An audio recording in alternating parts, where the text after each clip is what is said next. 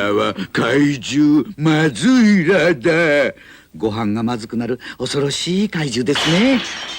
あー坊やの運命やいかに完全と現れた正義の味方。さすがのまずいらも美味しいものには弱かったですね。ご飯の味方何はなくとも江戸紫。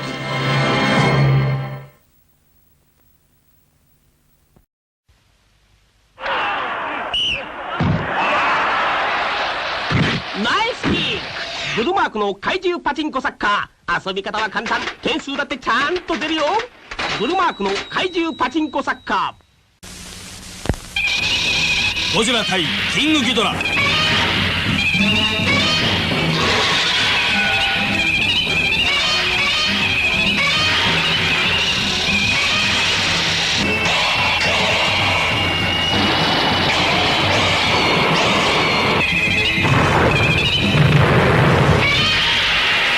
足型シール20枚で怪獣大図鑑がもらえるキングザウルスシリーズポピーより発売中。あのゴジラがついにスーパーファミコンに登場。興奮を呼ぶ迫力のアニメバトルシステム超ゴジラ12月発売。 Today on Collectible Monsters, we celebrate the legacy of Kaiju Packaging. From boxes to header cards, it's all about the monster art on collectibles. Plus, we have a giveaway. Ikimashou!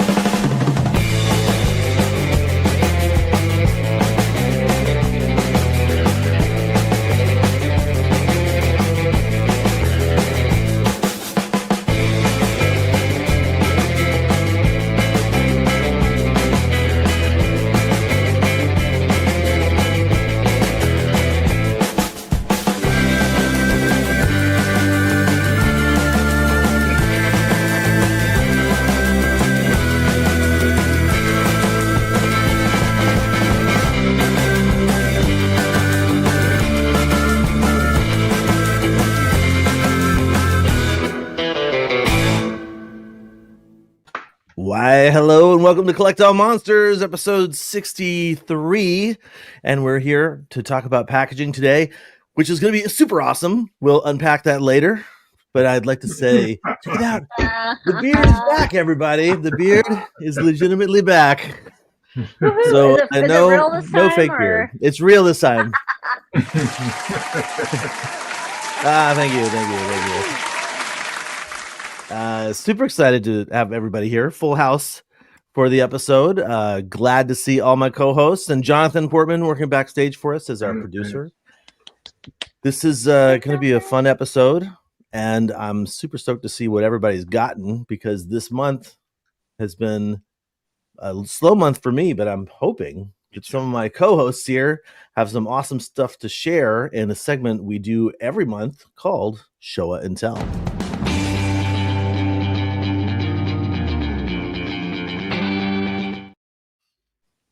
All right, Leslie, you are first up, sir. Oh, God. How you doing? What's going on, ladies and gentlemen? Sorry for the more laid-back persona.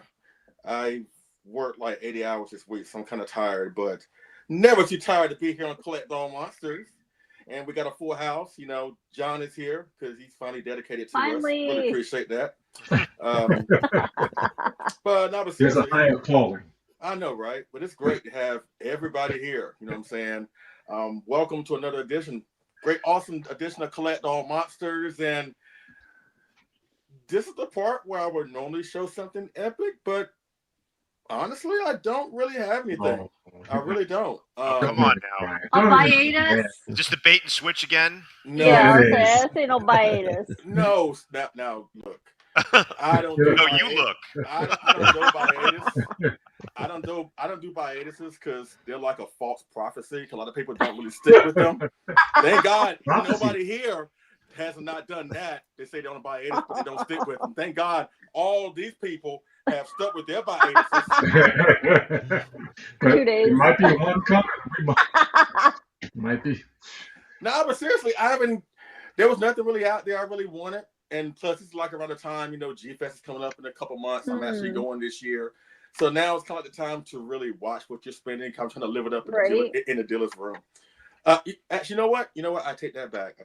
I did get something that's worth talking about. All right. You know, Let's see all that talk. Oh boy. and you know what, Christine, you're gonna bite yourself in the foot for saying that. All right. All right. Because You always I got the 4K Biolante. Awesome. Nice, Okay. nice. Right. Okay. Represent. All right. I did pre-order it because I've been lazy. I mean, full disclosure, I've been so lazy. The stuff I want online, but you know, it's just like when you get to a point where you don't want to accumulate so much stuff, I'll get it when I get to it, you know. But I saw it was starting to start popping in people's hands. So I went to my nearest Barnes and Noble. So if you did not pre-order this, go to your local Barnes and Noble. The one I went to, it had just one copy of the 4K and the Blu-ray, the regular Blu-ray. So obviously I went for the 4K. Yeah. Let me tell you, ladies and gentlemen, this is the absolute best that this movie has ever looked. Godzilla has never looked better. Biolante has never looked better. The cast never looked better. Super X2 has never looked better. Mind you, not every single scene is pristine 100%, but it's the best that this movie has ever looked. And honestly, and I make no bones about the fact that I've always said that Godzilla vs. King Ghidorah 91 is my personal favorite Heisei film. But I can honestly, I've always maintained that Godzilla vs. Biolante, in my opinion, is the quintessential Godzilla Heisei film. That's right. I know. Yeah. I know. Now, Christine, calm down. I say just keep it going. Keep it going. Calm down, because again, I know these things, but it is the best Heisei film. But trust me, you will be second best to Monsterverse Godzilla. Am I right, David? That's You right. will be second best to us. I'm just saying. So, but no, this is a great release. So, that's another thing. Why does Biolante sound like a pregnant whale? That's Oh yeah, like Star I Trek. always thought like a kitten. Kitten. Like A kitten. What kind of kittens do you have? My goodness gracious. Kaiju kittens. I don't know. a kitten. Saber-tooth tiger? Yeah, it's like a cat. Maybe it's a kitten that's pregnant that's trying to get more pregnant. That's how it sounds to me. But this is absolutely great. And again, it comes with a little small poster that I'll showcase for you here. Some people say it's like one of the best posters, whatever, but here's what the poster looks like, you know. Oh, okay. Nice. Good. I mean, Yeah. some people say it's great. I think a blind 4-year-old made this, but that's just my opinion. But this is a great release, and I know it got people clamoring for them to do the rest of the films behind Biolante, but I think we have to wait a while for that. I think Sony has the rights to those films. But again, this being a 4K, a really brilliant 4K restoration of the film, and pretty much almost every scene is clear. Dang. For those people who are clamoring for the rest of the Heisei films, like, do you really want that for the asteroid scene in Space Godzilla? Or the Bandai scene in Destroyer? Like, do you really want that? I'm just asking. But, Good point. Good point. You know, those if you don't mind me just chiming in real quick, you know, those 4K restorations that Toho has been doing, they they are going full steam ahead on a lot of those. I know Final Wars is actually, so let me step back for a second. They just showed Mothra versus Godzilla, and just like last month here, and next week I get to go see Invasion of Astro Monster with Dell on the 4K big screen. Awesome. And Nice. That's awesome. and so I was super excited. I've been watching for the tickets to get released for that for like a whole month, and just last week they announced the next 3 films that are going to the theaters, and that's going to be Destroy All Monsters, Final Wars, and Godzilla vs. Hedorah. So all of those guys, which have already been 4K'd here in Japan anyway, those are getting theatrical screenings. So I can't wait to see how they're going to continue this and what's coming next. And they also did Atragon and Gorath, and I think the Mysterians and Rodan have already been done. So they are hitting those older films. I know they're going to start dipping more into the Heisei stuff soon, but yeah, the 4K restorations just overall so good. Yeah, Helmy, you are gonna just miss Astro Monsters. It's kind of a bummer, buddy. No Matango? They ain't doing a restoration for Matango? They probably will. I think they did a 4K restoration of Matango. I just don't. I don't have 4K capability at my house, so Right, yeah. I don't have the physical discs. But I think Matango is on the done list. Okay. So Leslie, you did that post last week or the week before about something with the restorations, and it spurred a conversation about, are they going to do the non-Godzilla films, Criterion or otherwise? Yeah. I'm really looking forward to Frankenstein versus Baragon, War of the Gargantuas, and that and again, like I think Kyle chimed in, he said it's too bad they're not really interested in doing the Titra American International dubs, because that's the one I really want on there. The ones that Red Menace had been doing, and anyway, it's exciting to see that these are eventually all coming out at some point, and we have enough to sustain us until they come out. But yeah, absolutely. And it's I'm gonna grab it too, like when I'm at the store if I see it. Yeah, please do. Like, it's really worth it. And you mentioned the dub, and I'll get off it, but it doesn't have the English dub, which actually I'm fine with, because the dub, even though it's great, it's cool, it's not perfect, but they do notoriously call him Godzilla. That's the best part. Sandra despises Godzilla that. Like, I can't watch Violence. The English dub around Sandra, she just starts throwing pots and pans. I'm like, it's Godzilla, not Godzilla. It's Godzilla, Godzilla. I'm like, I got it. I got you, babe. All right. I'll watch Son of Godzilla. Woo! Okay. Wow.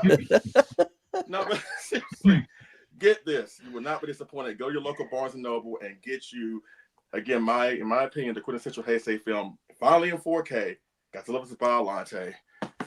And this is the part, ladies and gentlemen, where you know what? Hold on 1 second. Oh, no. Oh, jeez. He's He got does have something something else. gigantic. He's Yeah. got something It's the big. bait Something switch. up Oh his my sleeve. god. Bluffing and all that stuff. We got Bluffing and all that stuff. Come on. Well, Can't fool us. Can't fool us, Leslie. Well, this is the part where it's like a full circle moment. And again, I know as Godzilla fans, we hate to admit when we're wrong. Like, there are a lot of Godzilla fans that tend to believe that, that the ending to 1962 was a draw, but y'all hate to admit that really Kong whooped that ass. But y'all will not admit that y'all wrong. But you know what? I'm going to be the exception to the rule and be a Godzilla fan that actually owns up to his mistakes. And I don't know if I should give him thanks or kicking the ass when I see him again, but Richard Iso, he brought something to my attention. Oh boy. If you don't know, but hell has frozen over and the devil is giving free sleigh rides. Oh, man. I finally have me some food. Wow. I love it. Oh, my I love it. Next time, next episode is gonna be all Sifui behind you. No. Oh wow. Now, I have dogged Safubi. I have criticized Safubi. I have massacred verbally Safubi. For some reason, some of y'all took it personally, and like I was attacking you, but maybe I was. But I had this the whole time. Quick backstory. I got this at G-Fest, my second G-Fest in 2016. That was the year that Linda Miller and Akira Takarada was there. Yeah, that was great year. That was back at the Crown when the air conditioning worked when they wanted to. And that was unfortunately the year where I had to leave early for a family emergency. But I did get this before I left, because I thought it was cool. It was a good size. I had no idea that this was actually Safubi. I mean, I heard it was a repro. Now, I'm not too familiar with the ins and outs if a repro disqualifies it for being true Safubi or not. So I did not know that this whole time while I've been dogging Safubi, I've had it this whole time. So, ladies and gentlemen, holding out on us. Holding out on us. I am sorry. I did not know. I really did not know, but there's still no excuse. I was wrong. Again, everybody should follow suit. I know, again, a lot of y'all Godzilla fans tend to think that Godzilla won or was a draw in 1962, and you're wrong, but you don't want to admit that. That's fine.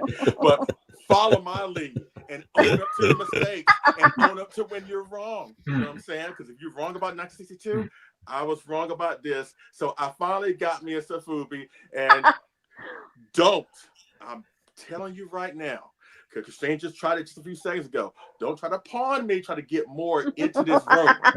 Do not do it. Because I look at it like, okay, I'm at a party, everybody has their drinks, y'all drinking heavily and blah, blah, blah, and that's considered Sofubi.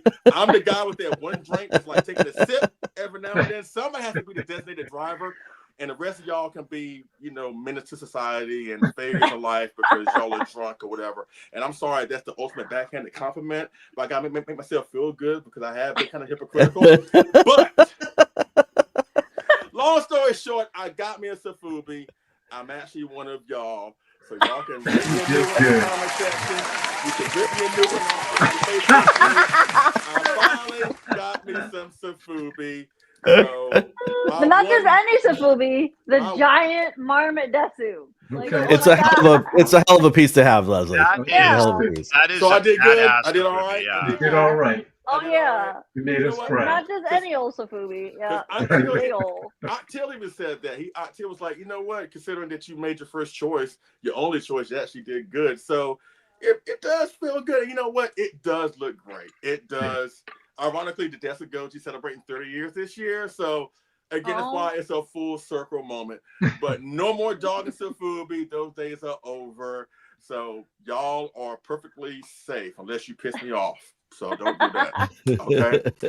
So with that being said, I'm kicking over to my main man down in Southern California, hopefully the place on Coachella ain't making them deaf. The one and the only David Arab.co. What's going on, David? What's up, Leslie? What's up, everybody? I'm so glad we're all 5 of us are here together today, and so glad to have everybody with you guys in the chat with us today. Let's just backtrack a little bit. So I don't think Kong won. I don't think Godzilla won. I think it's a tie. I think Godzilla dominated through the entire thing, except for that last lightning strike where he got lucky. But he did win that last battle. I got to give it. But overall, it's a tie. I think it's a tie, and I think hold on. Many of you. Godzilla was underwater. He swam away. Hold on. Let me ask you one question though before you go further. How is it in Monsterverse of Godzilla? The same thing happened. The opposing monster dumps Godzilla in the ocean.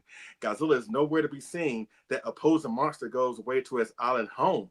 In King Kong vs. Godzilla, King Kong dumps Godzilla in the ocean. Godzilla disappears, and Kong is shown seen swimming to his island home. How is it that Mothra won in 1964, but Kong lost in 62 as a draw? Make it make sense. Make it make sense, Jesus. Make it make sense. Okay, come on, Jesus. Help me. All right, wait. I've got this, John. Let me handle this. Okay, I got this. So the reason that Kong and Mothra larvas are swimming away is because they're like, I cannot do this anymore. I'm getting out of Dodge. They're peacing out. Godzilla's turf. While he's indisposed for the moment, we're getting out of here. So they're leaving. They're splitting. They didn't stay. They're gone, man. Godzilla is still there. That's the way it happens. And, okay, all right. I'm sorry. I'm allergic to bullshit, so I'm sorry. If they would have stayed and like, hey, this is our turf, we won, then maybe I could agree with you. But I am, Leslie, I'm kind of agreeing with you. Kong did win that last fight. That was his fight. But the fact that the other monsters are getting out of Dodge, that's why. And even in Monster Zero, when Rodan and King Ghidorah and Godzilla tumble over the cliff, Rodan and Godzilla are still there. Ghidorah hightails it out of there because he lost. So the losers go back. That's just the way. He was going home. That's just the way my mind works, but again, whatever. But okay, all right. Well, I forgot what we're doing now. We're doing the show and tell, aren't we? All right. So Leslie showed something kind of ironic and interesting, and like you never thought you'd see. You're not going to believe I actually have a Monsterverse piece that I'm going to show you right now. What? Hold on a second. I'm totally lying. I do not. Oh, It's a lie. like Sorry. somebody- It's a lie. Exactly. It's a lie. No, it's a lie. So no. Got I- everyone excited. No, not gonna happen. Confused, not excited, Christine. No, sorry, Christine. I should have let it go a little longer. Should have let it marinate a little longer. But all right, so let's get right into it. It was kind of a slow month for me too. My kaiju conundrum is I really am out of space, and I'm trying to save money for some things that I want down the line, which I'll talk about in our news item. But so I know Larry Latham is in the chat right now. Larry actually watched last month's show when I was talking about the creature and how the Ben Cooper creature figure was very important to me, and et cetera, et cetera. And the one that Peter Santa Maria sent to me, Attack Peter, was the original release, which is actually a girl figure. But Larry said, hey, man, I've got the new one. It's actually a boy, and it's a glow in the dark. So Larry sent me this. Oh, Isn't that cool? nice. It is Oh the my new. It is gosh. the newer release, Creature from the Black Lagoon, Ben Cooper costume, and it's the boy. So I like to think this is a little me in there. Yeah. And David. Larry, you're awesome. Thank you so much. That was so nice. I love the people in our community. They're all so giving and awesome, and I really appreciate it. But thank you for that. All right, so next, I saw a lot of you guys were getting the big X Plus Odo Island Godzillas from -1. They're beautiful. They're awesome. They did a fantastic job. I don't have the space for it, but I needed to have one in my collection. So I picked up the Bandai Spirits. Yes. Oh. Very Comes in the base. Crane. This is a Crane toy, Kyle, right? Is it? No, it's Ichiban Kuji, which is the lottery. Ichiban Kuji lottery. Anyway, this one I did get.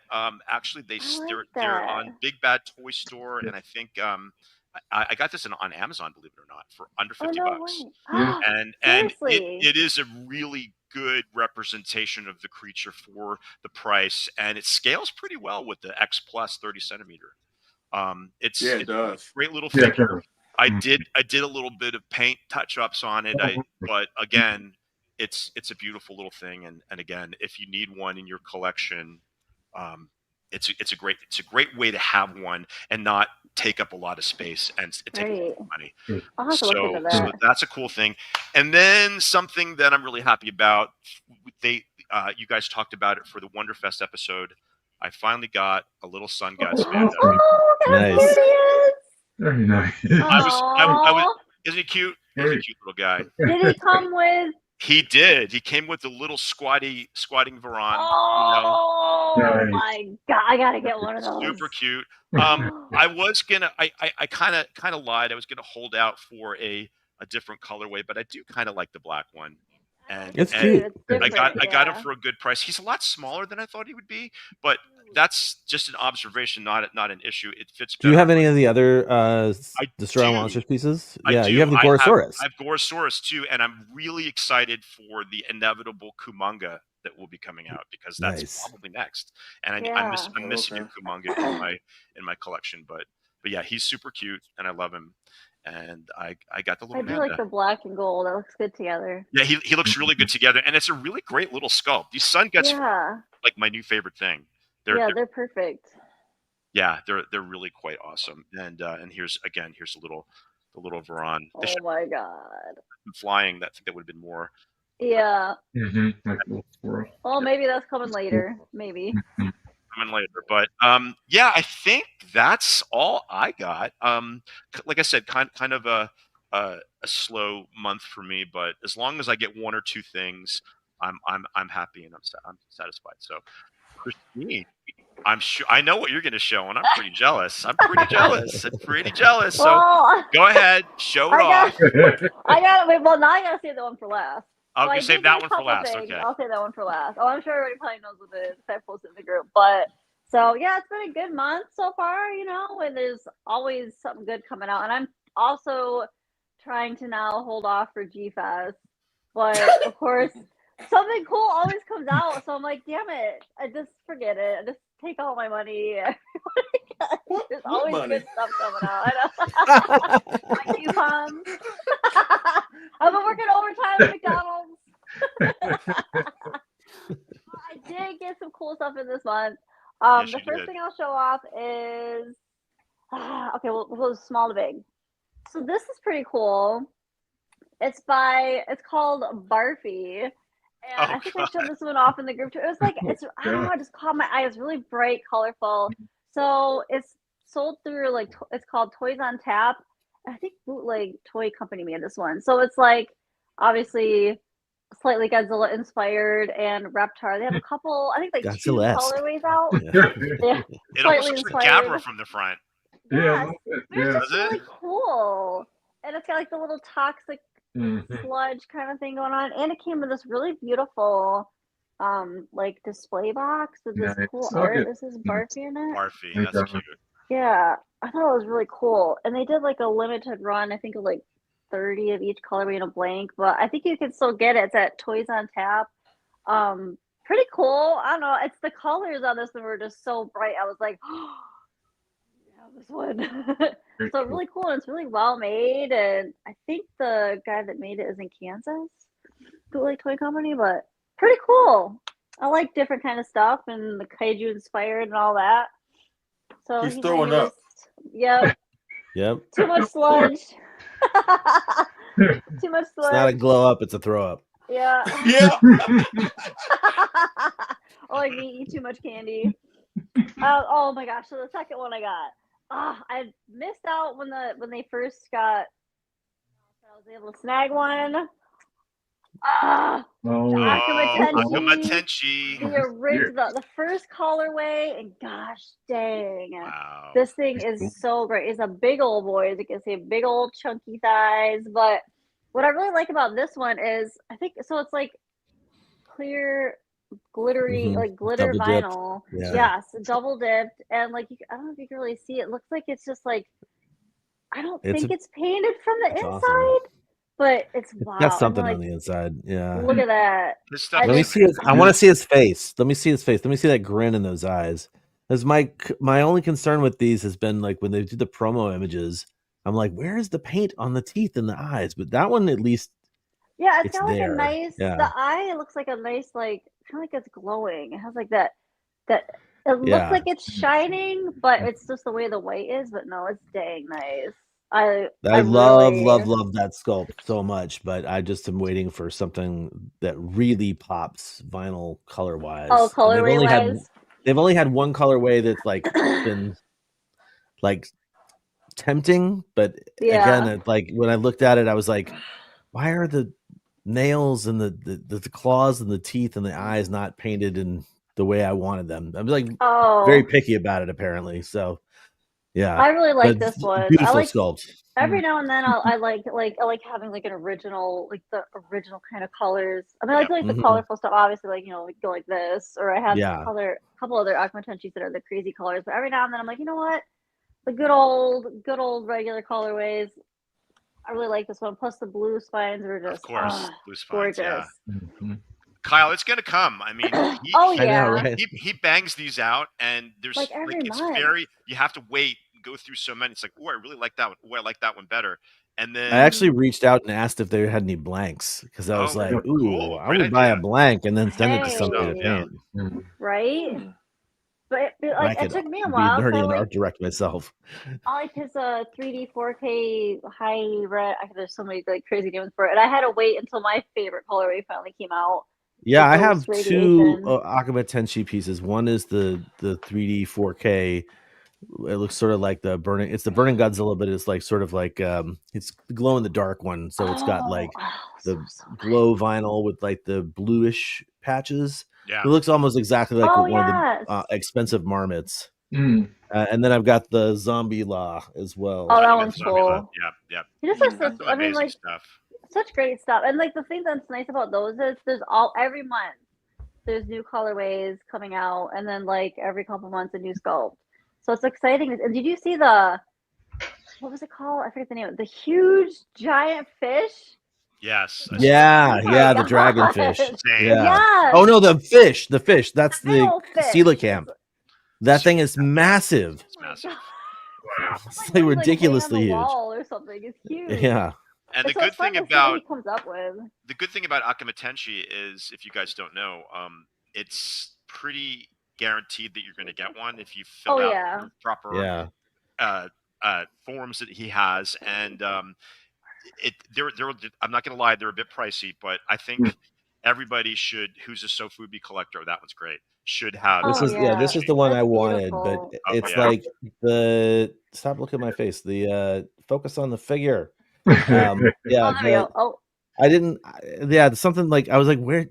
I don't like the face on that one, but yeah, that's the only one that's popped. But yes, I totally agree with what you're saying, David. Like, it's so great that you can actually get one if you want one. You can, yeah. And he's definitely, follow them on Instagram, because you'll see, like Christine said, he puts stuff out almost weekly, right? And every month he bangs it It's out. super expensive, but very worth there's it. there's some pieces in there that are absolutely insane. They did a ginormous one the size of Leslie's. That's right. It's the size of Leslie's Sofubi. And it's like a camouflage. Yes, honey. And it's so cool. Like some of the creativity is off the charts. Some of the things, the colors that he does. Mm-hmm. And they're really well made. Hell, like the vinyl is so soft.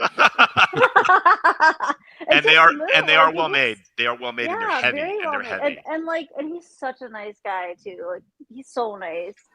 But yeah, they're just really like fantastic. I can't stand All right, out so my last one. The chat. Come on, Leslie. You got to have the must-haves. The must-haves is the booby now. You got one. You got the marmot. Oh, there was like. Carry on, Satan. Carry on. All right.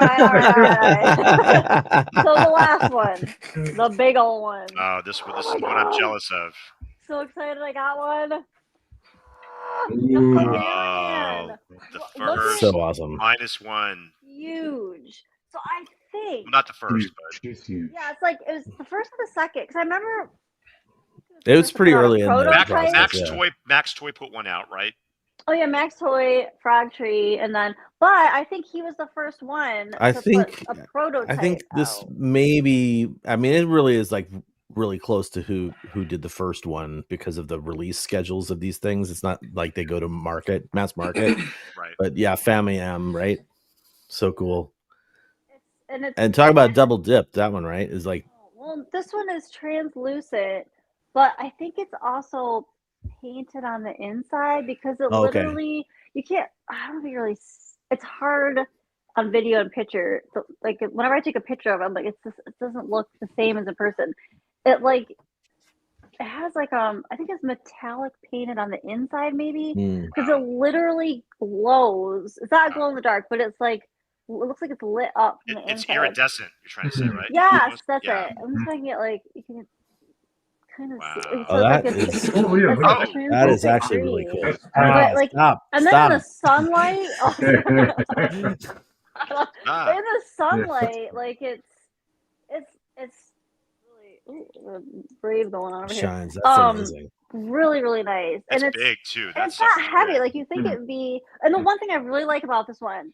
That I didn't notice until I got it. And at first I thought it was a mistake. It came in, I'm looking at the feet, I'm like, oh my God, one leg's shorter than the other. I'm like, oh shoot, But then I'm like, wait a minute, no. The way it's sculpted is this foot is flat. This one, he's up on his toes. So it looks like he's in movement. He's striding. His tail game on. No, it's very soft vinyl. It's warm in here. I should turn the AC on. Wow. But, so it looks like he's taking a step. Like that is cool. That's interesting. I didn't know that about it. Yeah, watch and out, I've never Ginza. seen that before. Yeah, so he's like slowly right. lumbering forward. So really cool. So he stands on his tippy toes on this one, but flat foot on this one. So that's neat. I've never seen that done in a Sofubi before. It looks like he's in motion. And you can move the hands and the arms and I his bet head. he was pricey, huh? Yeah. Actually, you know what? The lottery was. I want to say it was $350 something plus shipping. That's not that bad. I think it was somewhere around there. That's not bad. You can almost get 2 dozen eggs for that. That's like you could get. Yeah, that's half of an Akami Tenshi piece, right? Right. But That's correct. I'll have to look. I'm pretty sure right. it was like $354 plus shipping. Oh, that's amazing. Pretty sure. Okay. So totally worth it. I mean, his stuff's great. Anyways, he did that 64, which I really want to get one of those. I hope he does another colorway because the 64 he did is so nice. But I mean, really, they're big, and I know the 64 is big like this too. So I really hope. I mean, I'm excited to see more. I want another colorway. Yes, I seen there was an event in Thailand. I think it was. Yes. Oh my god. Oh my god, he had Oh my one-offs.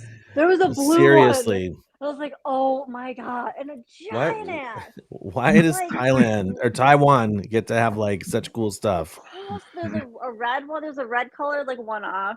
There was a blue colored one-off. And then there was a huge one. It was like, Yeah. oh my god, like triple. It was like massive. Oh It my took God. 2 people to carry it. it's amazing. But it's really exciting. Like I'm excited to see how different artists interpret. Well, I mean, any Godzilla, every like maker, manufacturer interprets it in their own way, and this is just like, dang.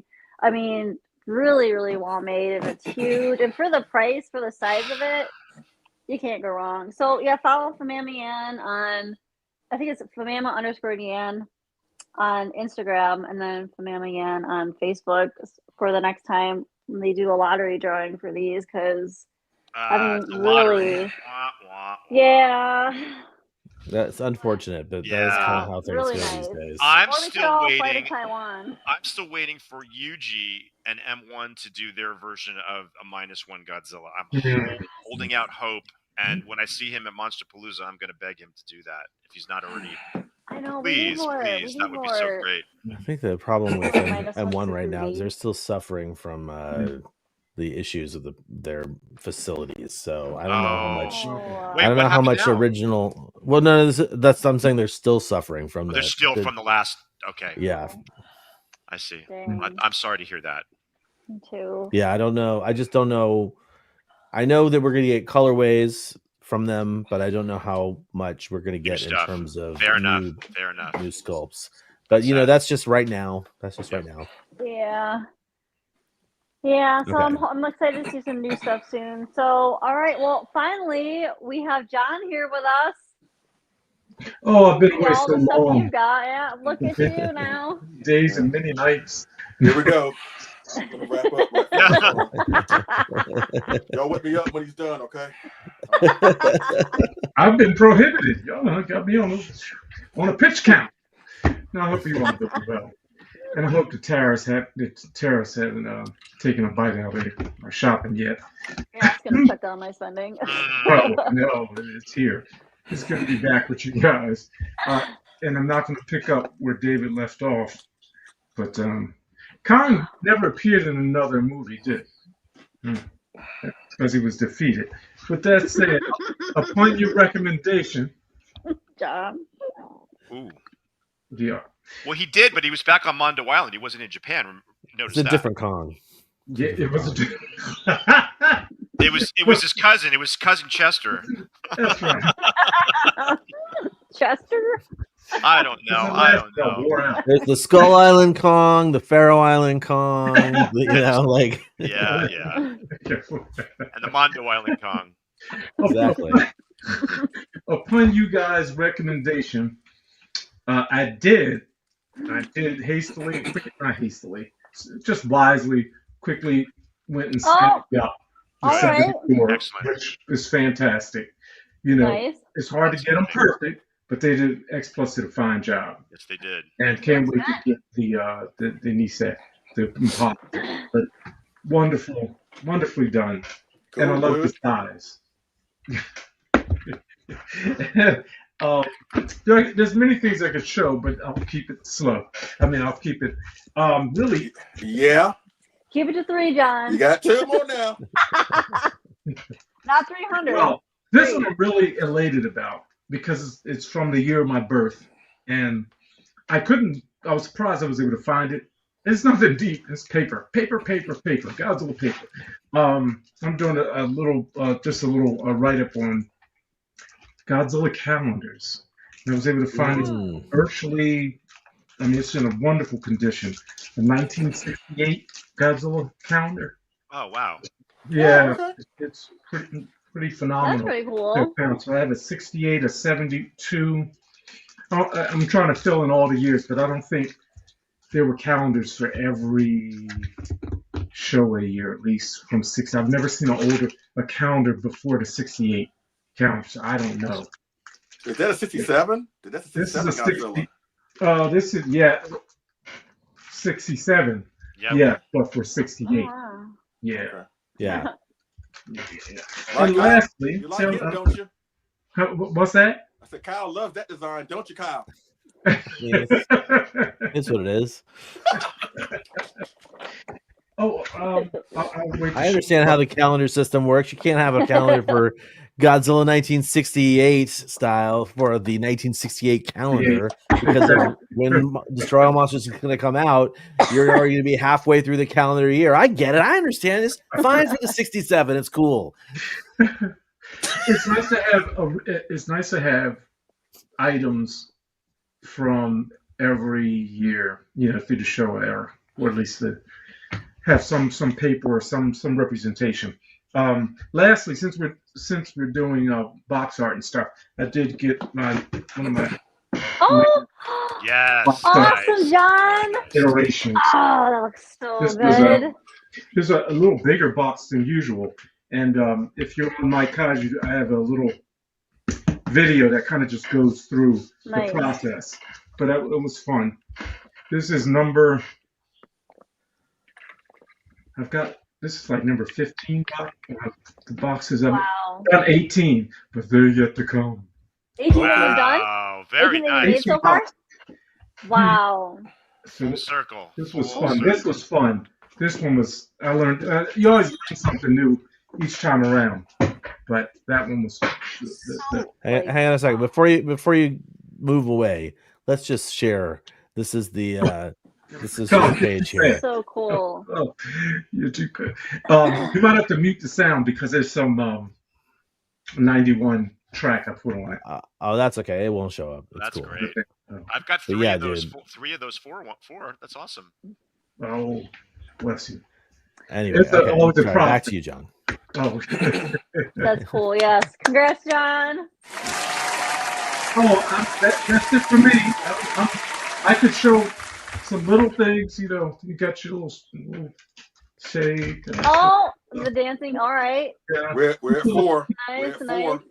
We're at All right, 4. this did come today. That's 5. Any more? Come on. Wait, is that the Bandai? Is that the That's the Bandai? Bandai. It's much smaller than I thought. Okay, wait. Yeah, I want to see. That's a I've nice seen sculpt. This is it. Yeah, Ichiban Yuji Sakai. Right? It's Bandai. you know what? There were some really raggedy ones. A lot of upset collectors, or at least Japanese collectors. This is not too bad. Smaller than I thought, but like What do you mean raggedy ones? Raggedy paint jobs? the paint jobs, but some of some mouths were distorted. This is not as bad. It's smaller than I thought, but it's not bad for For Bandai. For the price and the accessibility, it's pretty good for some collectors. It really is. This was pricey, and it took 2 years, about 2 years. Oh, well, sorry, never mind. 2 years. Wow. Yeah, Oh, this is the premium. Oh, Is this that's what their- we've been waiting for. Oh, shit. That's their new line, right? Okay, that's pretty small. That is really small. It's small. I think it'll be in the same line with the Godzilla Final Wars version that's coming. I think they're the same category, but it's not bad. It's nice to have. I mean, it's just... Nice to show off too. Oh, hold on. And I did get the 54. Oh, nice. Oh. Man, cut his mic. Just cut his mic. Oh, Okay, all right, okay, John, okay. Oh my god. Show us all up. Parade of Monsters with John Ruffin. John needs his own YouTube He's channel. trying to catch up. He's catching up. Yeah, he's been gone. I'm giving him cut him a little slack. That's true. That's it. That's it. I could go on if you would. Les is going to go make a hamburger. That's it. I'm going to fill it. Whip his ass right now. Bye. Hold on. Now, Will step. Now this. Hold it. Let me see if I can find it. But wait, there's more. No, I got a really cool book. I can't find it because I have too many. Oh, is this it? Oh, here it is. Wait, you have too many? Great book. Right, David? Cool. Dragon number 5. cool. Okay, that's cool. Very important. Okay, I'm stopping there. All right, number 7. That's great. Number 7. Hurry up, Kyle. Take the mic. All right, here I go. All right. Well, back to you. Kyle's dipping in. Okay, so let's see here. Showa Tell. Let's get something out of the way real quick. It's springtime here in Japan, and that means we got a lot of people coming to visit. And thankfully, I have had no slowdown in the people hanging out and coming to visit. So I just wanted to say thanks to Greg Coggin for hanging out with me in Tokyo for a day. We went to the Godzilla store in Odaiba, which is a brand new location. And in that, I made a little video on Instagram, which I won't play right now, but they have this gigantic gacha machine, which is like, the largest gacha in the world or something like that. Like inside, they're not cheap. Each one costs 3,300 yen, which is about $25, I think. Wow. But it's the enshrined Godzillas. And so there's special colorways. So this one has like a translucent sort of like gray vinyl. It's really awesome. it's cute. really I like those beautiful. series. Yeah. I love these guys. They have Godzilla, Mechagodzilla, King Caesar, and Hedorah in that store. So Oh, really? Okay. Cool. yeah. Oh, So that's all in this style, this sort of chibified style. When we were hanging out, we didn't just go to Odaiba, but we went to before I move on to that, in addition to Odaiba, there's going to be a new Godzilla store in Shibuya where there's going to be a burning Godzilla statue. Yeah. What? And it opens next weekend. Oh my March 25th. god. Yeah. Dang. Oh, so Odaiba, Yes, John. Odaiba, you got to go back. Did you get the special wristband just from that store? As a yellow wristband. It's like a rubber. No. Oh, gotta get. I guess I got to look into that. I'm sure I'll go back at some point. We want to go back. Odaiba has this really cool. First up, just so people know, Odaiba is in Tokyo Bay. It is a man-made island. When Tokyo was running out of room, they decided to build islands in the bay, like little more land in the bay. So that's where you see the giant Gundam, the unicorn is there. And additionally, that is where there's an exhibit called Small Worlds, which is if you follow Stan Hyde, he took his model group over there with his last trip in February, and it's super cool. It's like nothing but miniatures, like so miniature.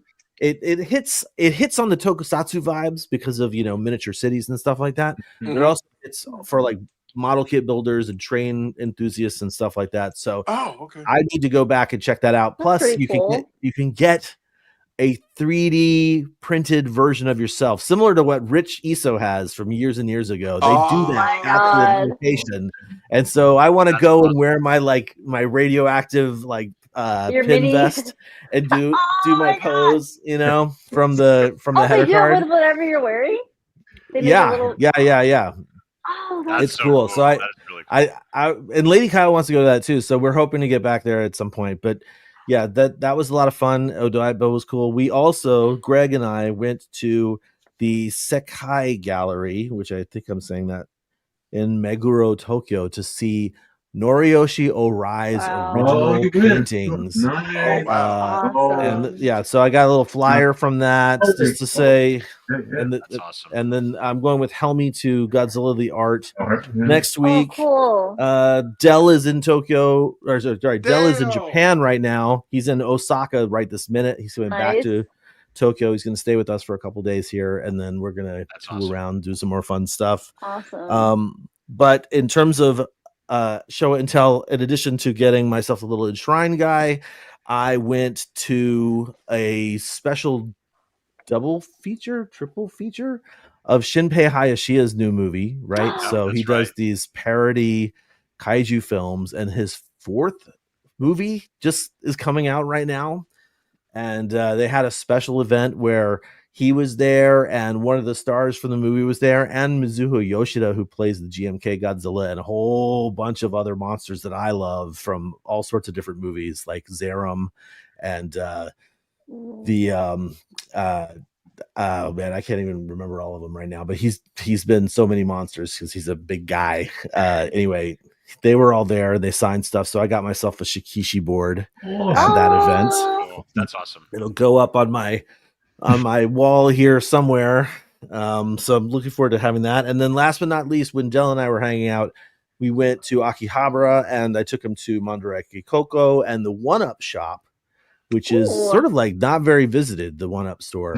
But they have an amazing showcase. Like it's one of those situations where you walk in and you're like, oh my God, I want that. Oh, it's not for sale. So there's a ton of stuff that's like, you know, displays, but they do have stuff for sale. And I picked up this Max Toy Gavidon A, which is one of my sort of like favorite weird little monsters. And yeah, he's a little glow figure, not very big. Fits perfectly on the shelf. Anyway, love it. That's my Showa Intel. Outstanding. Hopefully I'll have some really cool stuff to share next month because I'm expecting some cool stuff to come in the mail. It just hasn't arrived yet. All right. Okay, so that is it for Showa Intel. Thank you guys for being here. I wanted to say shout out to all 47 people who are watching right now on YouTube and Facebook. You guys rule. I think it is a great time for us to get into our next sort of mini segment, which is the chat room check-in. Leslie, if you are ready to go, I will give you the big screen here. And Jonathan, don't look so excited, and you Leslie. can Dang. take it away unless just frozen with that sour puss. Mad about Kong. Oh no, I was just staring at your beard. I haven't seen it in like 2 months. So I'm sorry, Kyle. Yeah, I trust me. I missed it. I like every time I walked past the mirror, I was like, "Who is that guy? Get him out of my house!" That's why we looking at him like, "Yeah, that's hair. Yeah, that's his." Mm-hmm. So yeah, I can't wait. It's coming back. I can't wait for the ZZ Top to come back. So Dude, I was going through some old videos of ours, and it shocks me to see how gigantic my beard used to be back in the day. You had a curtain. It was a curtain. It was epic. Epic beard. Epic, yes.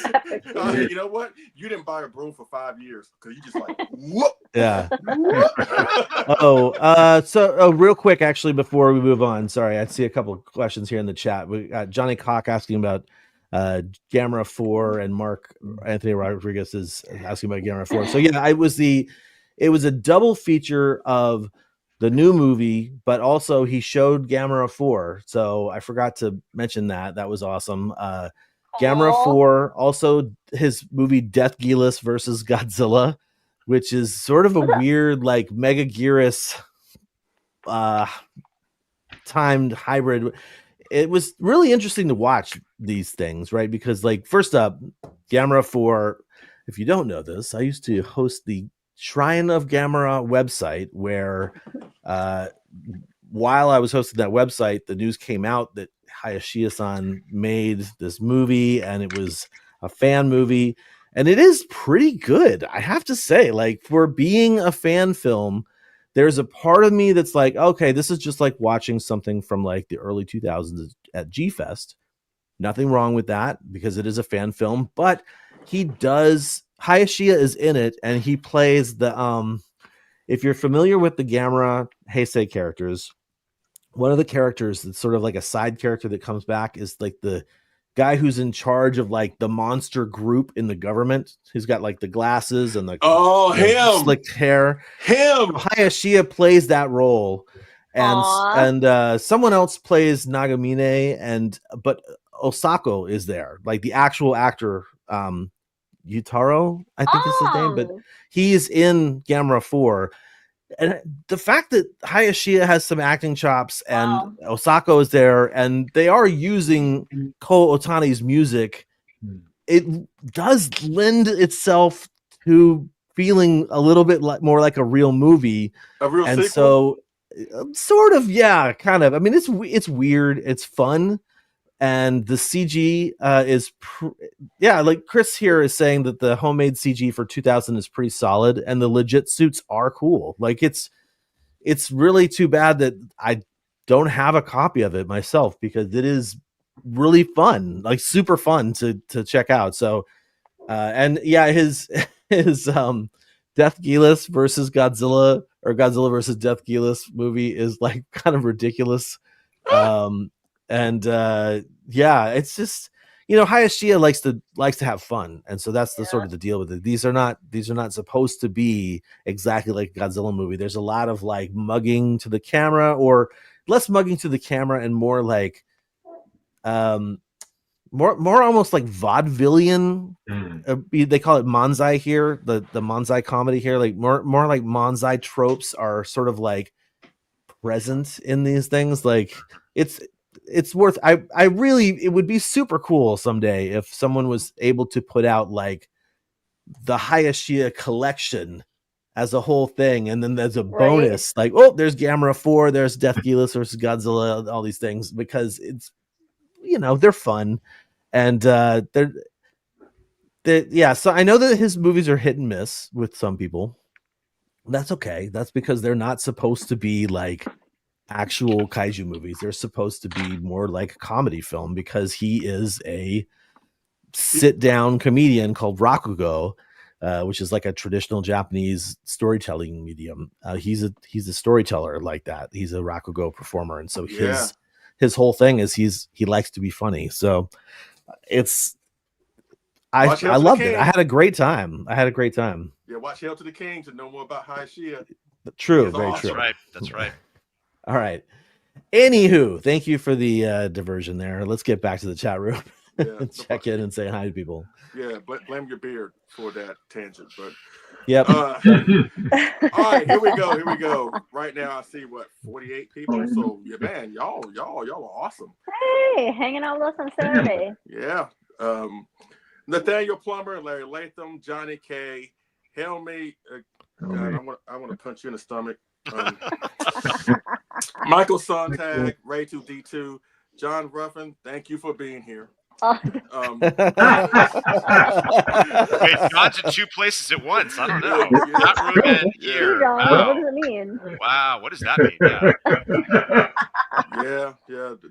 That was shade, as the young kids say nowadays. That was shade. But Mark Rodriguez, of course, Robert D. Black Dolls Matter, John. Hey, Mark. Hey. Okay, let's see. JD. Okay, Helmy again. What's up? Tim Bartos. Let's see who else. What's up, Greg? Hi, Greg. Kaiju Fanatic, Frank Gravagna. Sorry if I killed that. Fancy. Oh, Cats. Frank. That's Frank. Frank's here in Japan. Hey. Okay. Oh wait, maybe that's a different Frank. I think that's a different Frank. That's a different My Frank. bad. Sorry, Frank. Okay. So many Franks. The Gregzilla. Let's see. I just say Michael Hang. Let's see. Jim Gala or Gala. Sorry about that. Godzilla cartoon, sci-fi, horror fan 2K. Okay. What's up, Charles? Hey, Charles. Appreciate you being here. One of This World 97. ES Kimura. What's up, Shannon? What's up, Mike? The Nerdy Numbers. Thank you so much. I like that. Let's see. Donnie Winter. What's up, man? Donnie? What's up, Donnie? Hi, Donnie. We love Donnie. Growing up with Godzilla.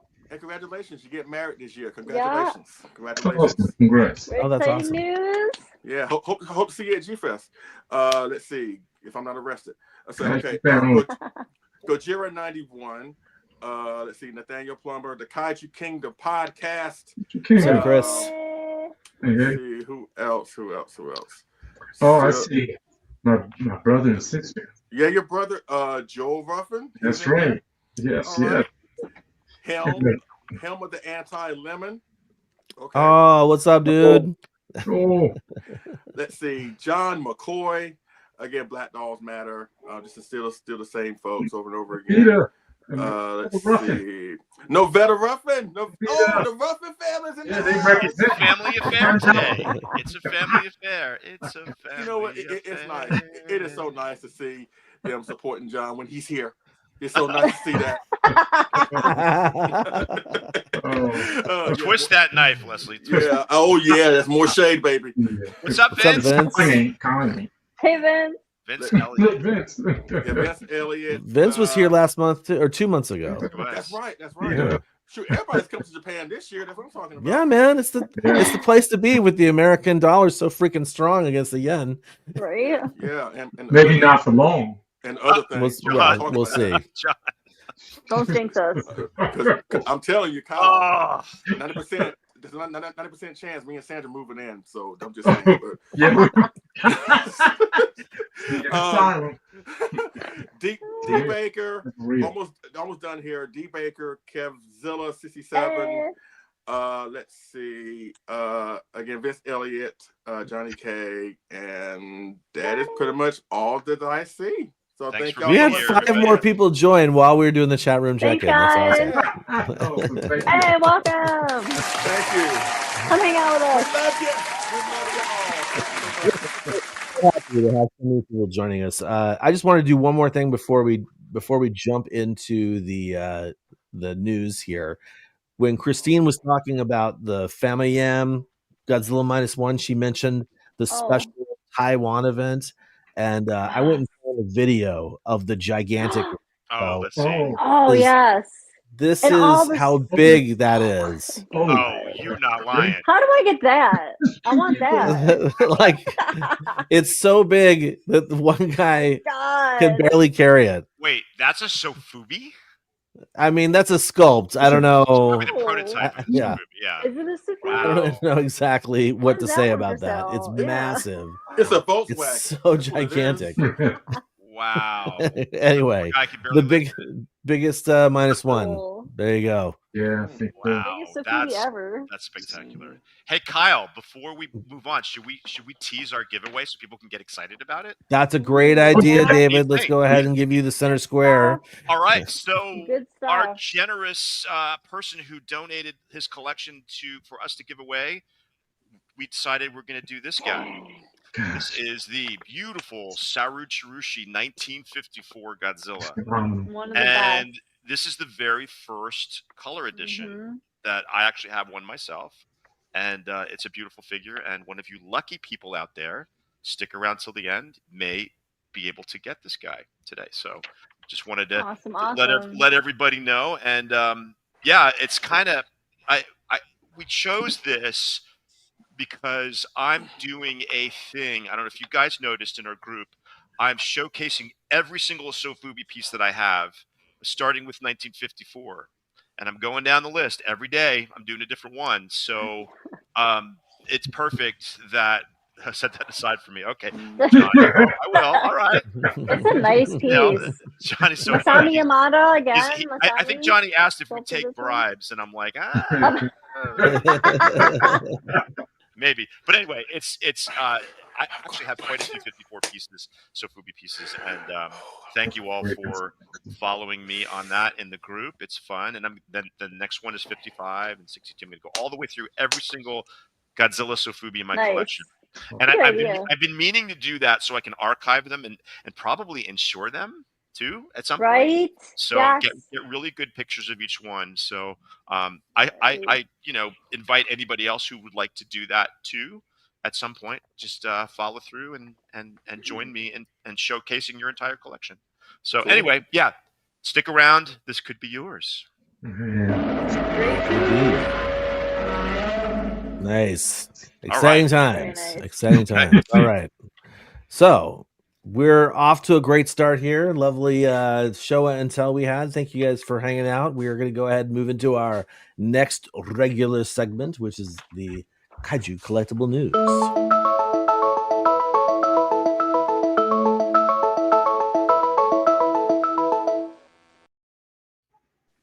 And as usual, I'm just going to kick things right over to my good man, Leslie Chambers here, and tell us, sir, what is your news item for this particular episode? Oh, let's see. For the past couple of months, I've been doing Galloping Ghost Kaiju Kobo resin model kit news. I did one in February where I talked about the 30 centimeter 91 Godzilla Source kit that is coming. Should be dropping now, actually. Last month, I talked about the Galloping Ghost Kaiju Kobo 30 centimeter resin model kit of Godzilla Jr., which is also coming right about now. So I was going to do a clean sweep and do another one. And I teased last month. Ooh. That looks nice. Nice. That looks Nice. pretty good. That's pretty damn cool. That we're gonna get something Good involving job. somebody celebrating the anniversary this year, and of course, this is the 30 centimeter 1965 Godzilla, the Daisenso Goji from Monster Zero. And David, boy, I wanted to share this with you so bad before the show, but I was like, Oh, you know man. what? You know what? I'm gonna just save it for this show because, in my opinion, this is like one of the best Daisenso Gojis I have ever seen. I have ever seen. They're still doing some tweaking on the sculpt, whatever, but again, if you again, I've been showcasing Galloping Ghost Kaiju Kobo kits for the past few months, and you know they have been really cool kits, from the Kaiser Ghidorah, from the GMK Baragon to the Final Wars Hedra, you know, whatever. Say what you want about the monsters themselves, but the sculpts are absolutely amazing. Of course, headed by Doc Mack, and he has collaborated with Monster Rage, Jake Rebel at Monster Rage, to give us these awesome sculpts of these monsters. And this kit will actually come with glass eyes. So, that's cool. That's All right. So this will come like real soon, hopefully within the next couple of months, definitely before the year is out. Again, this year marks the 60th anniversary of Monster Zero. So hopefully, I'm hoping, David, I think maybe interested. If you're interested in one, I can definitely pull some strings and see if we can get you one. I may talk to you about that in the very near future. So question, Leslie, what's the scale of this guy? Is this 30 centimeter? He's going to be 30 centimeters tall. And are the glass eyes going to be painted glass eyes, or just clear? I don't know. I think they're going to be lenses, because lenses. Okay. Yeah, normally the resin kits that I've gotten from Galloping Ghost that have had the glass eyes have been lenses, you know, so which should make it more of a lifelike effect when it comes to the eyes. Yeah. But look at the scale, the sculpt, you know, you got the eyes, you got the tongue sticking out, you got the I like that. I like that pose too. Yeah, the hunched over pose that he had, you know, looks really good. So when it does finally pop up for pre-order, I would definitely let you know on our Sign me up, dude. Okay, but please check out Galloping Ghost Kaiju Kobo on Facebook, as well as their website. And two more things before I go. Two more things that are involved in the 65 here. Oh boy, David and John, you're gonna jump to the screen and kiss me, but oh boy, he is working on a sculpt of Godzilla from 1965 when he's abducted from Lake Maijin by the planet X. Oh wow! Oh snap! Finally! Oh yeah, right. And that is coming.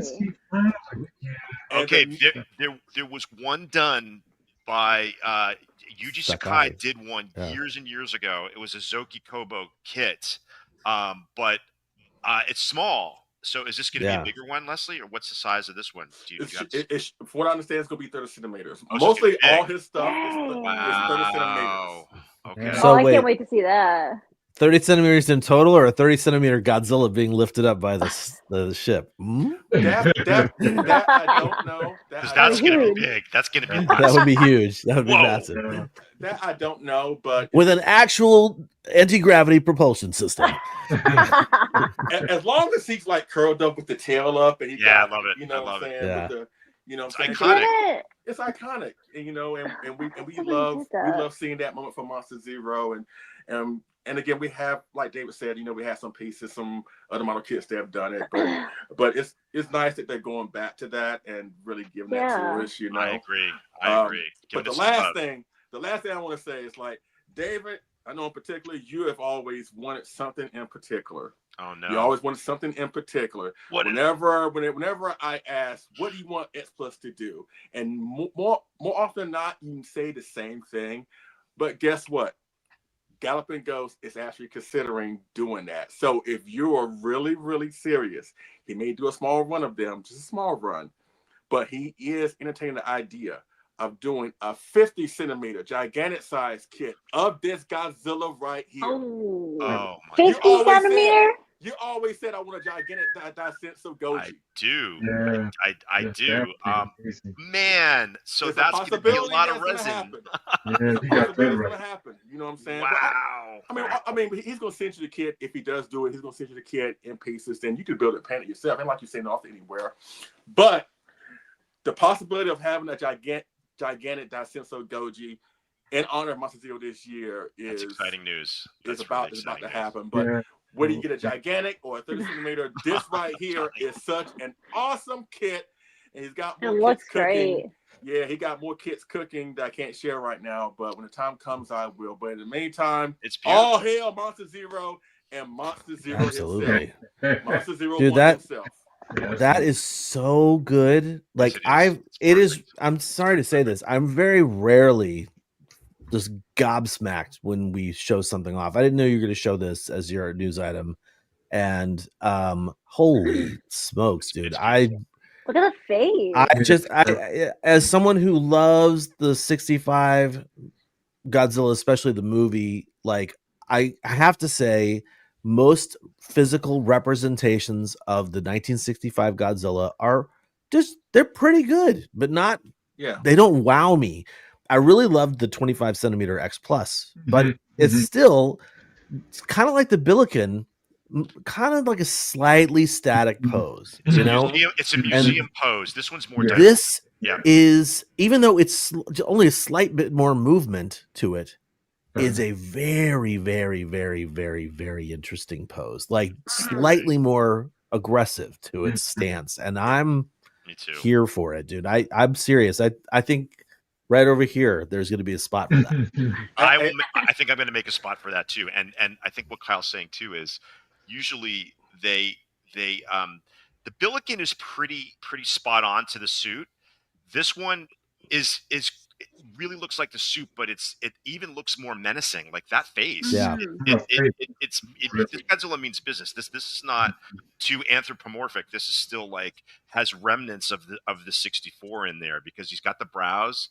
And it's just really great. And the fact that Leslie said he's considering doing the Lake Myojin abduction scene, that was the first time I laid eyes on Godzilla ever. Like I didn't know what Godzilla was. Like what is coming out of the water? Like never saw it before. That was my first movie. And then I'm like pleasantly surprised to see it was basically a big mutated T-Rex, you know.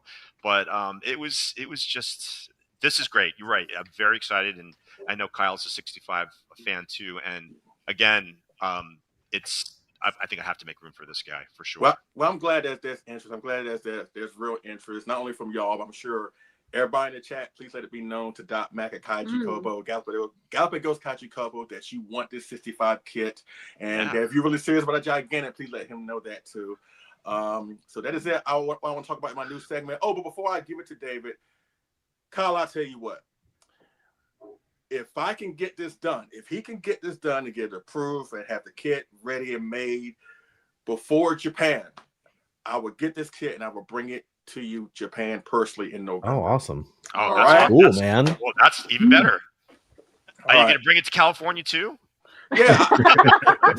When I follow that thing, I'm a little bit closer. There you go, David. A layover in No, it's all California. good. No, it's all good.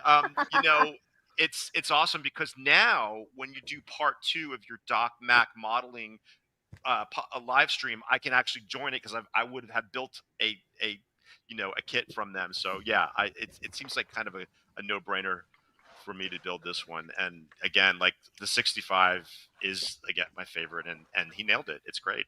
It looks great. That's a good question, Johnny. What do you say? Johnny's asking if when you build a kit with eye lenses, do you only have to glue the edges so that it doesn't get cloudy? All right, Johnny, having built and painted so many of the KOC 64s, which do come with the clear lenses, right? I'm afraid one slip up, you get a fingerprint of the glue and it's stuck on the back of your lens, and it's going to screw up the whole thing. Luckily, I haven't done that yet, even with my own.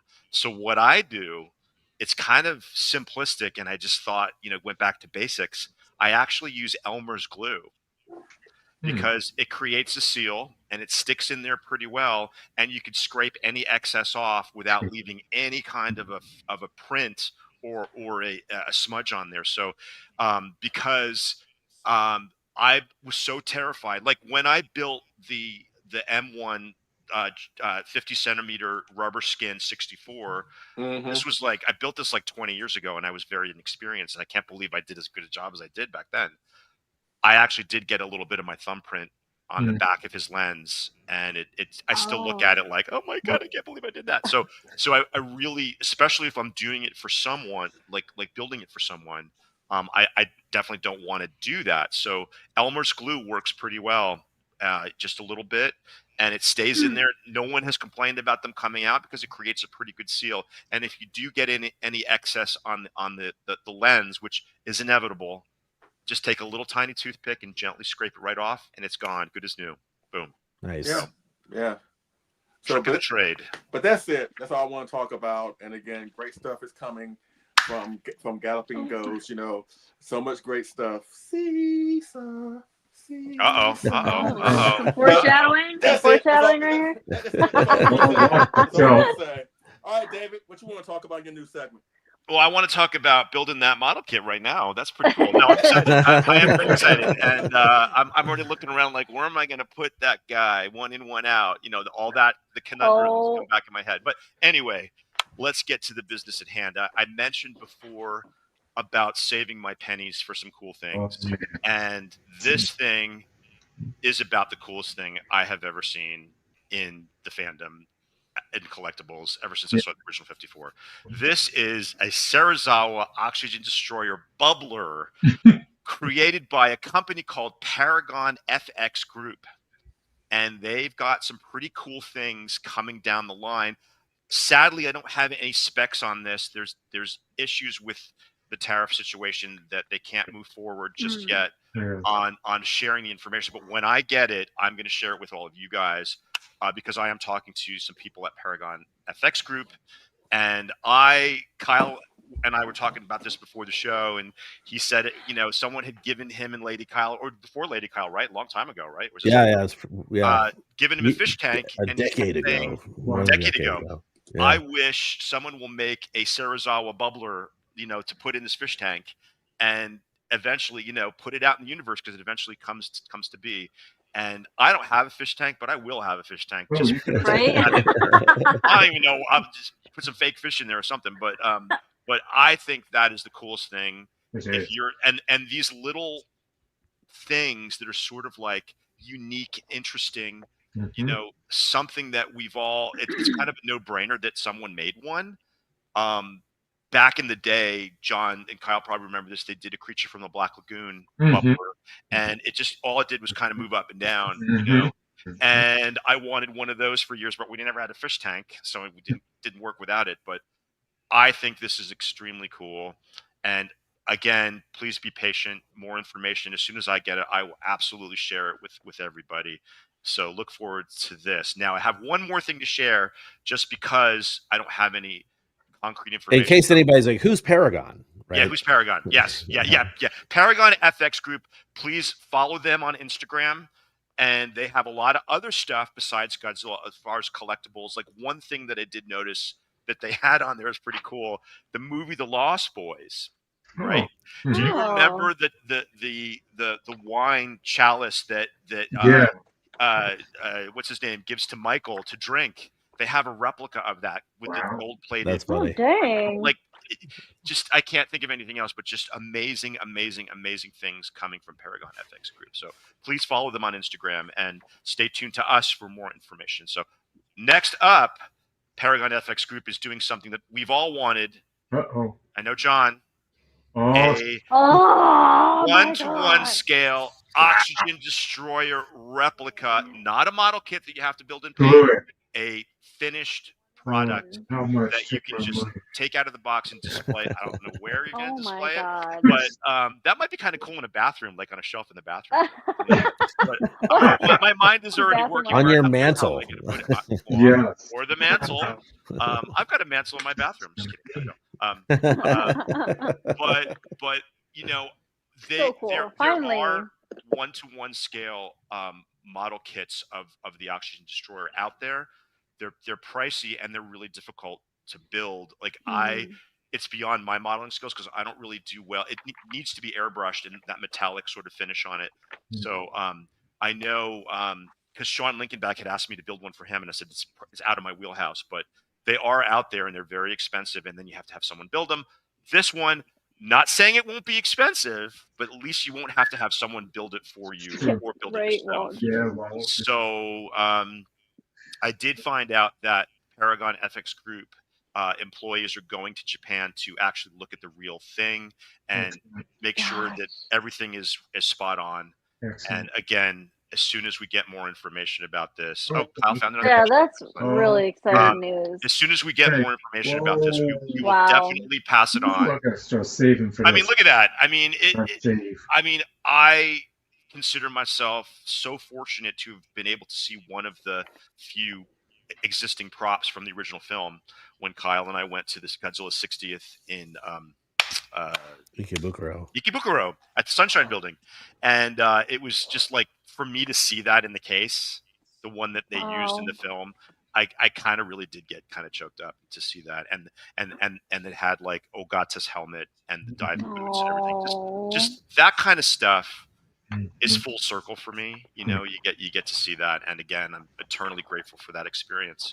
But again, everybody, save your pennies. Yeah, Maybe hold off on the Sofubi for a minute. Because I think we can all fairly say we can afford the bubbler, but the Oxygen Destroyer, you know, will probably destroy your wallets as well as the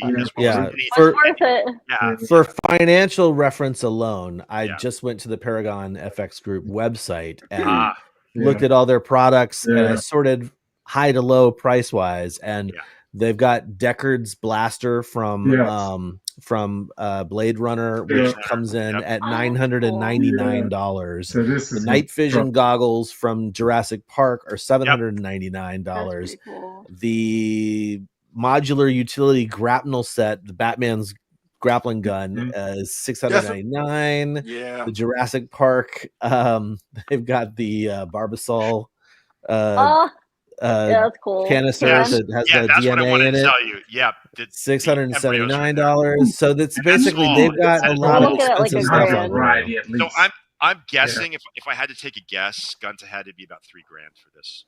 You might be right about that. Maybe a little less. Isn't the kit like $1,000 anyways?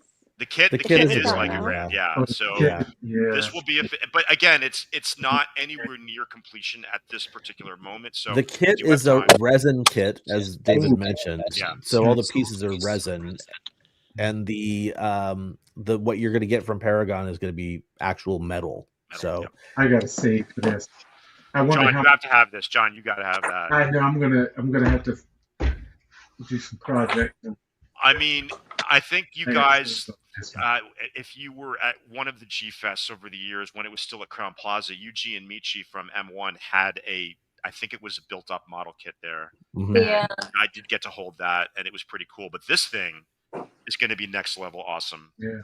And it's like, you know, it's groceries for a month. Yeah. Plus $3,000. Yep. About maybe 2 dozen cartons of eggs, and you could get that, you know. I mean, whatever. But it's awesome, and I just wanted to share that with you guys and how exciting it is to have this coming down the road for all of us at some point to purchase. So does Helmy want me to punch him in the face? I'm just asking. Do you want that, Helmy? Because I will do it. Trust me. Yeah, Ray says it's perfect for a nightlight. It is perfect for a nightlight. Yeah, you Does it light up? It looks like it looks like the prototype. It looks like it does, and I was really sure that was just like you know that's it's just next level awesome. So that's my news. Christine, what are you going to share with us in the month of April for your news item? All right, April. So yeah, there's a lot of great stuff coming up, but so one thing that I was really excited about, so when I first got into collecting, I started with SH Monster Arts, and they have a new figure coming out, the Godzilla 2000 from versus Megaguirus. The pre-orders for this just opened up on April 4th, but like a lot of the pre-orders filled so fast. A lot of them are closed now, so I don't even know if you can get a pre-order in. Hopefully there's still some sites that have some openings, but it's looking at about I think like 121,000 yen, so like $80 US, so not bad. I love it. Scheduled for release in September, and it was sculpted by Sakai, which I thought was pretty Yeah. cool.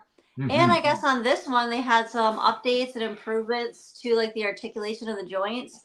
So this one has updates with the arms and the head, so you can tilt his head back a little more, like he's looking up into the sky. But I think it looks great, because the only other SH Monsterverse 2000 we had was The the maquette. concept one, right? The maquette. Yeah, the maquette one. So I mean, it's awesome to finally have. I know Hiya Toys is doing one too, but it's great that SH Monsterverse is awesome. There's a cool resurgence of Godzilla 2000 stuff coming. Yes. It sort of Yeah. started with that X Plus, where they scan the suit and the dragon, Look at that or pose. whoever it was. I mean, Yeah, this it's like looks cool.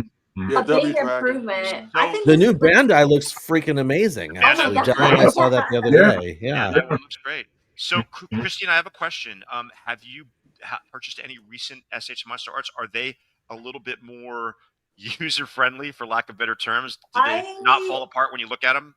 Haven't gotten any in a while. I Okay. think the last one I got was, oh gosh, I can't even remember, years ago. I mean, I still have most of my originals. I sold some. I only have one. I But- have the 64. Because I remember, like, the ones that I have, you look at them and they fall apart. But They're better. hopefully that's They're not. Are they better? They're better, John? My Okay. original- Find them. My You know, original King Ghidorah, somehow I have no issues with. I know, like the original one, the wings kept falling off for a lot of people. Like, you just touch it.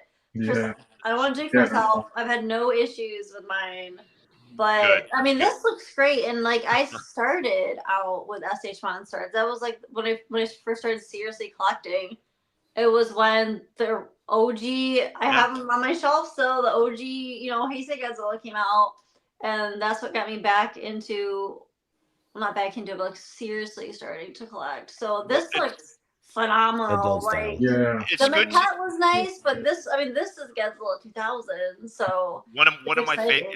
one of my favorite suits, and it's good to know because I love the idea of these. The posable, you can make yeah, dioramas, take them outside.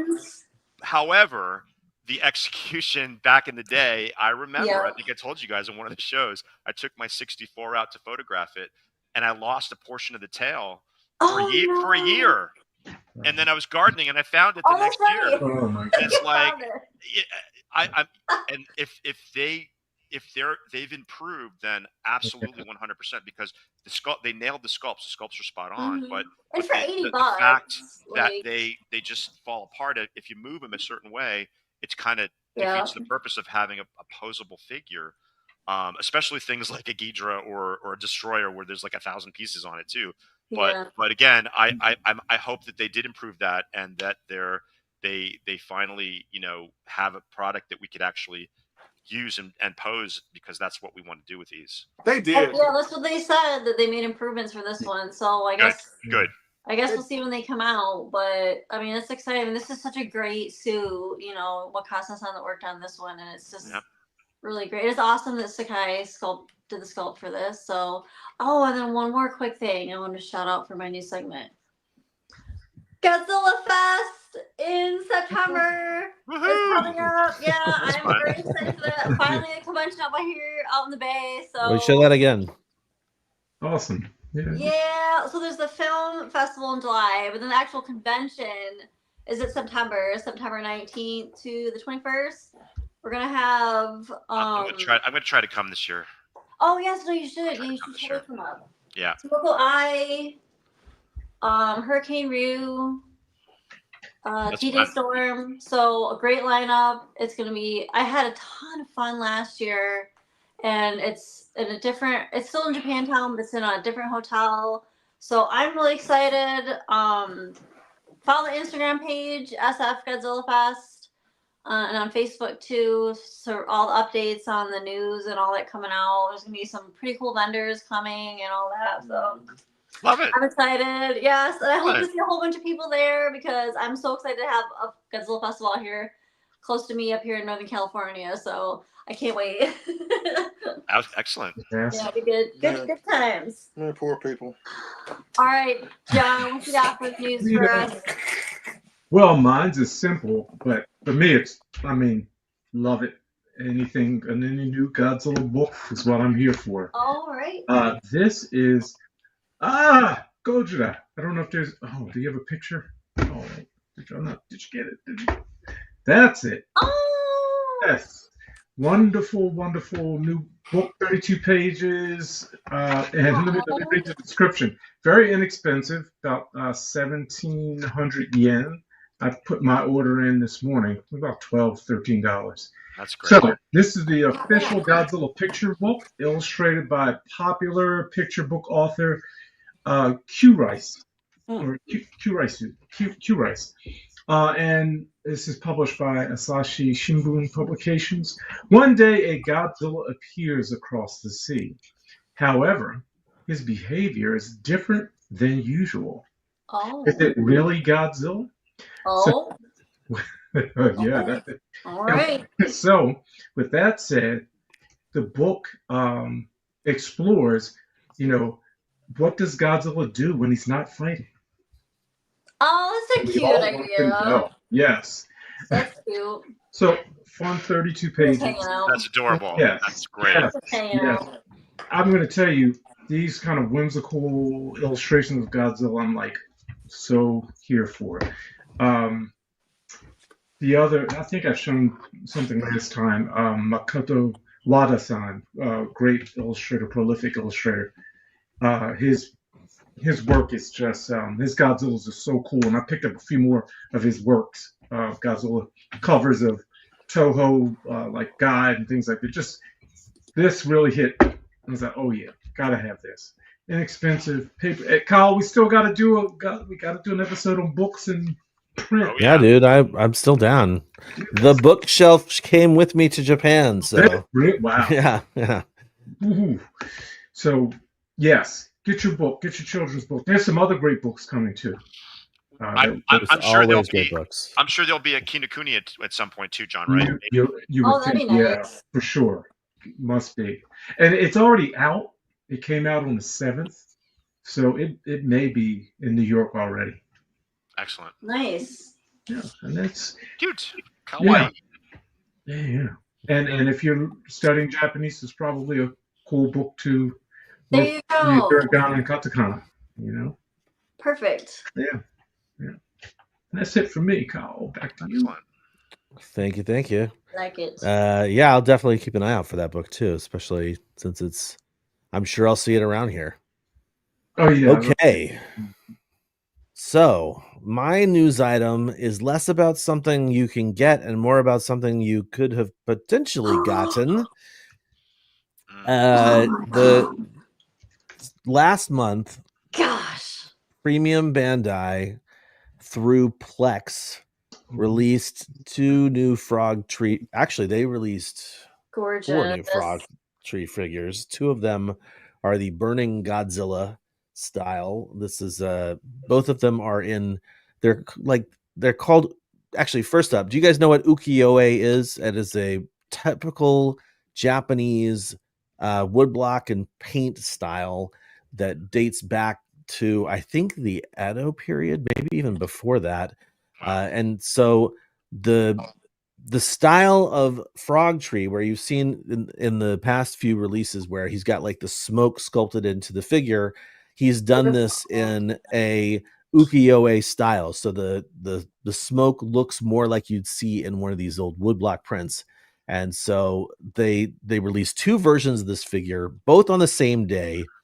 A black and red one, sort of standard color style, and this green one. I was here, and because they was on Premium Bandai, right? Premium Bandai, you can only get this stuff in Japan, or if you have a VPN. And I don't even know how many hoops you'd have to jump through if you're not in America. But basically, this figure went up for sale on whatever day it was at the beginning of March at 1 p.m. and sold out within 5 minutes. Now, oh my God. I actually got my matcha green Godzilla here. It's not here. Yeah. Oh, you're the green one. I will. It's coming in. It'll be here in June. But I was like, I originally thought, like, actually, first up, I saw these things in November at the Godzilla Fest, and I was like, "Whoo, that is cool!" Because they're bigger than normal, and Frog Tree's figures are like they're kind of sizable. Like they're not like tiny figures. Yeah. And so I was like, I've been waiting for this to come out, and actually, every time I see them at a convention, I'm always like, I can't wait for this to get released. What happened is it sold out so quickly that Premium Bandai actually doubled the order process and came out with another release a week later. Excellent. But that also sold out within 5 minutes. So all of these Burning Godzilla figures, I don't know what they're going to do in the future, but as you know, like they did the -1, and actually let's move on, because they not only did the Burning Godzilla figures, they have some Shin Godzilla figures that they've released. That Shin is dope. That's great. So these two just came out as well, like I think at the end of last month or maybe earlier this month. Same situation. They both sold out super fast. 2 different colorways. That's beautiful. This sort of red colorway and this sort of like purplish colorway. Both of them look really great. I don't know, Jonathan, is that the last photo? You can like give me a thumbs up if that's the last photo. Okay, so what I'm going to do is I'm actually going to break from the presentation that Jonathan's got here, and I'm just going to take over for a bit. We're going to talk about Frog Tree. So Frog Tree, for a spell, we're going to say, if you don't know Frog Tree, they've been around for quite a while. This is sort of like their most popular sculpt from ages ago. There's approximately 1 million different colorways of this out there. They're not very big, and they're really it's like sort of like lizard with dragon horns. It's very cool sculpt. But they started working on the Godzilla license with T-Base, and that is I have a glow version of this from Wonder Festival. These are not going to be in a great order, unfortunately, but this is, I mean, it's a gorgeous GMK sculpt. That's the one I have, thanks to Ash for that. And then they came out with some other color variations of it.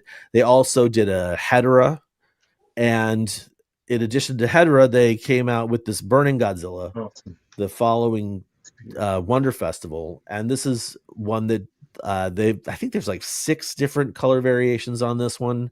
I like that one.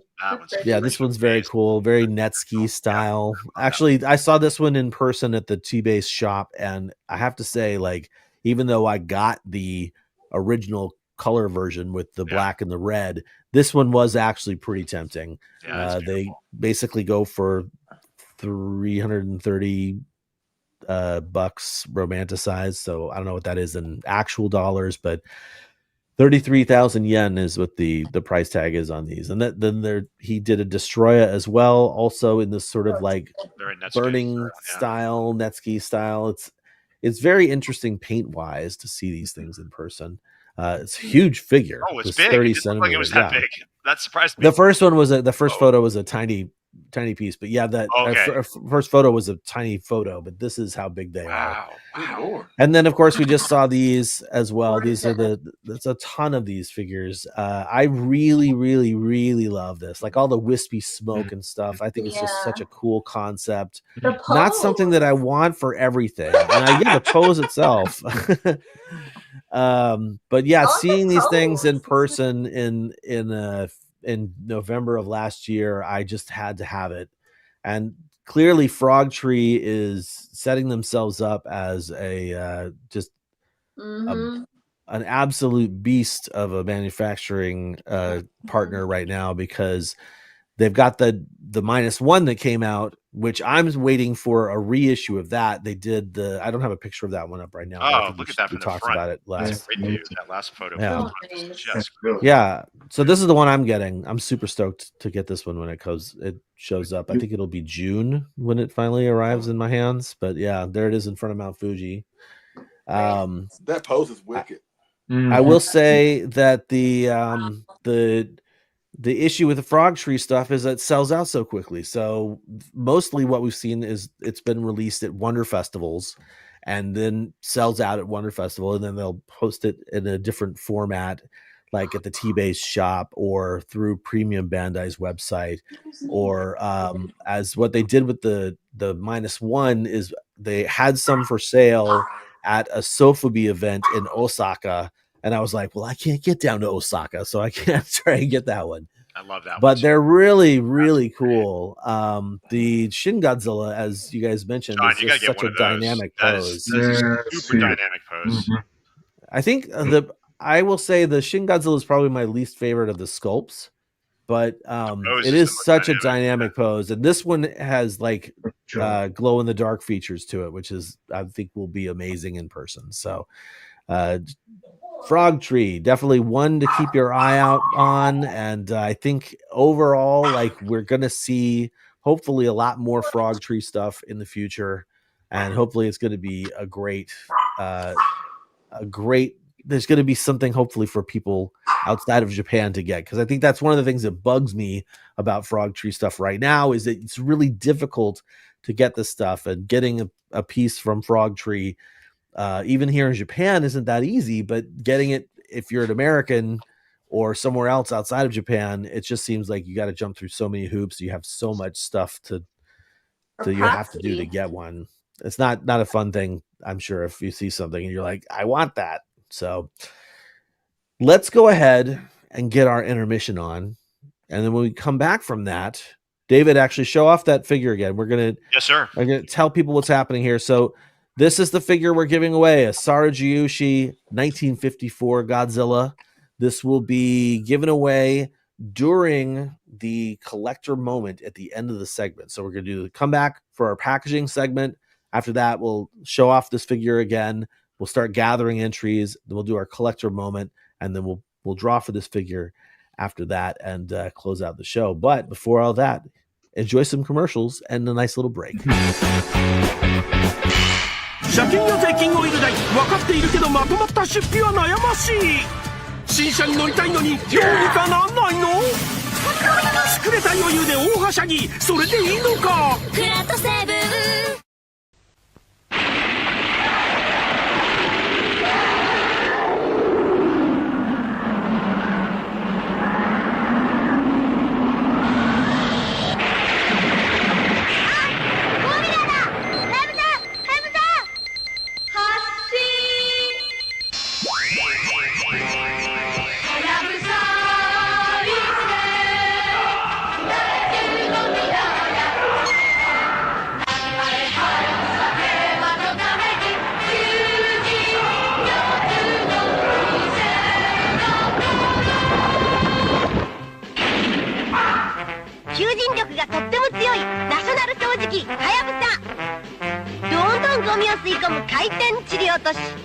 そしてゴミを袋ごと捨てられるダストパック式。はやぶさはやぶさ。大切なものについて楽しくなる。どうした？かいだな。トライする気持ちを忘れてないな。新豆引き立てで新登場。トライニューワンダ。超時空 SF アドベンチャーヤマトタケル。映画の迫力をリアルな造形で完全再現。バンダイヤマトタケルシリーズ。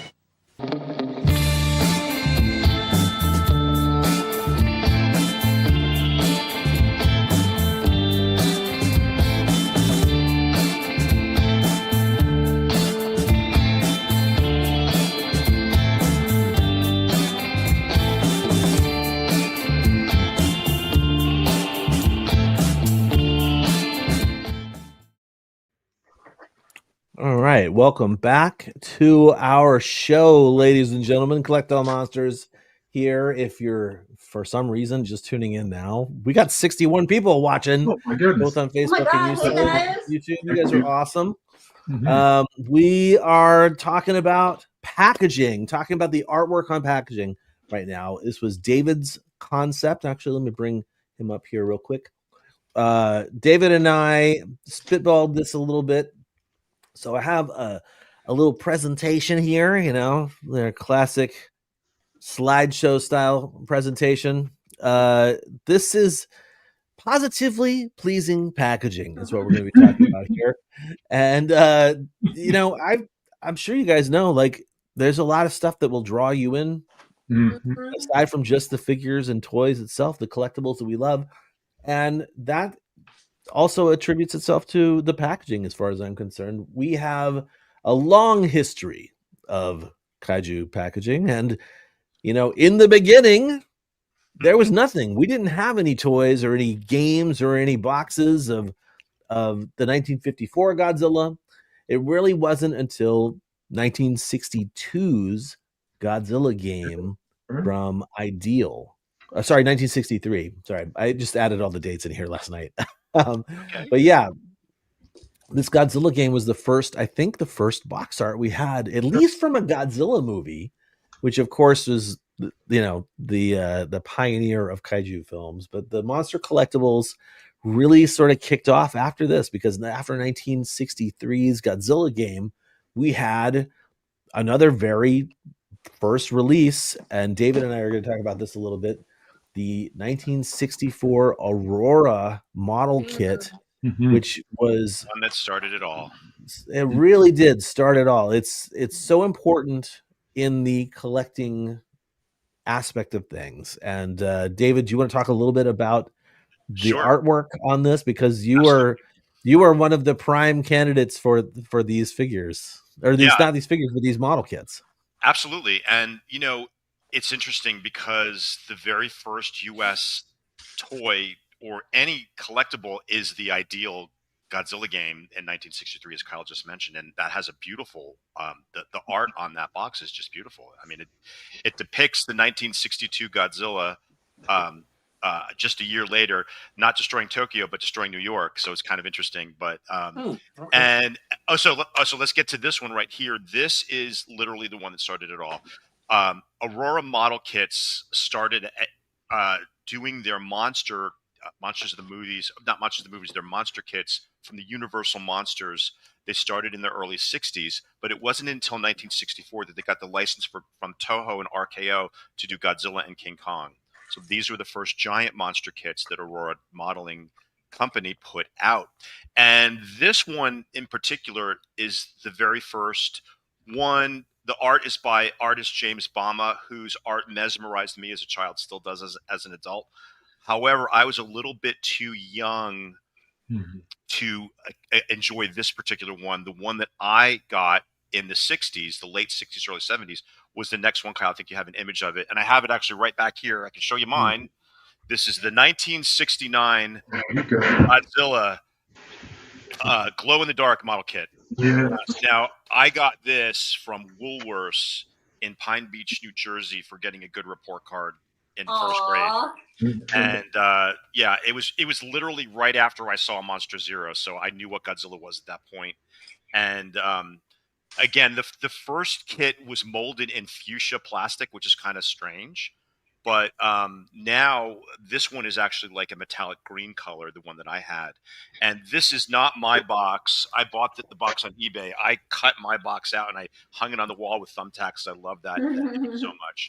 But again, this is the one that inspired so many of us young modelers to get into Godzilla and model building and kit building. This is interesting. Kyle put this side by side. The first image, the darker one, is the 1969 box, which is a lithograph glued onto a thick cardboard. And then it did so well, they reproduced it again in 1972. They actually just printed it right on a thinner piece of cardboard. There's no more lithograph.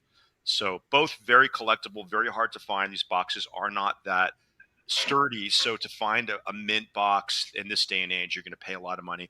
And because the kits themselves have been reissued over the years so many times, the actual boxes are worth much more than the kits are. So yeah. Crazy. I mean, I can't say enough about this. It's what got me started. And I like I said, I still have mine, and I still have my original Godzilla kit that I had from a kid. He was missing a hand and a nameplate, and I just replaced it with one of the repros over the years. So I've got the kit too. So awesome. Very, very cool. And I know some of us old timers, this is how we got started. This is really how we got started. Right. And that artwork. That's still, I think, really, it's like so holds up. iconic. It's right? iconic. It's really, really beautiful. And the fact that, Godzilla looks kind of scary, and the fact that they decided they wanted to put blood on his hands made it a little bit kind of gruesome, a little bit more menacing, and Fit in with the Universal monsters visually too. correct. It totally fit with the Universal, and this is actually the James Bama art that was just tweaked over by another artist. And I always was kind of afraid of this. Not afraid of it, but it gave me the creeps because I knew everybody was, destroyed in that city. That's a destroyed city. And it always the base always reminded me of the very first scene in the opening of Godzilla King of the Monsters, the US version, the way they show the timeline, they show the destruction of Tokyo. And the base looks very similar to that. So I always equated it with the first Godzilla, even though it's clearly a 62 that is depicted in the thing. Now, interestingly enough, someone had just posted in the chat. Aurora came out with some more giant monsters in 1975 in the Monsters of the Movie series, Rodan and King Ghidorah, which are pretty cool kits. And these, as cool as they were, they didn't sell as well as the original Godzilla and King Kong.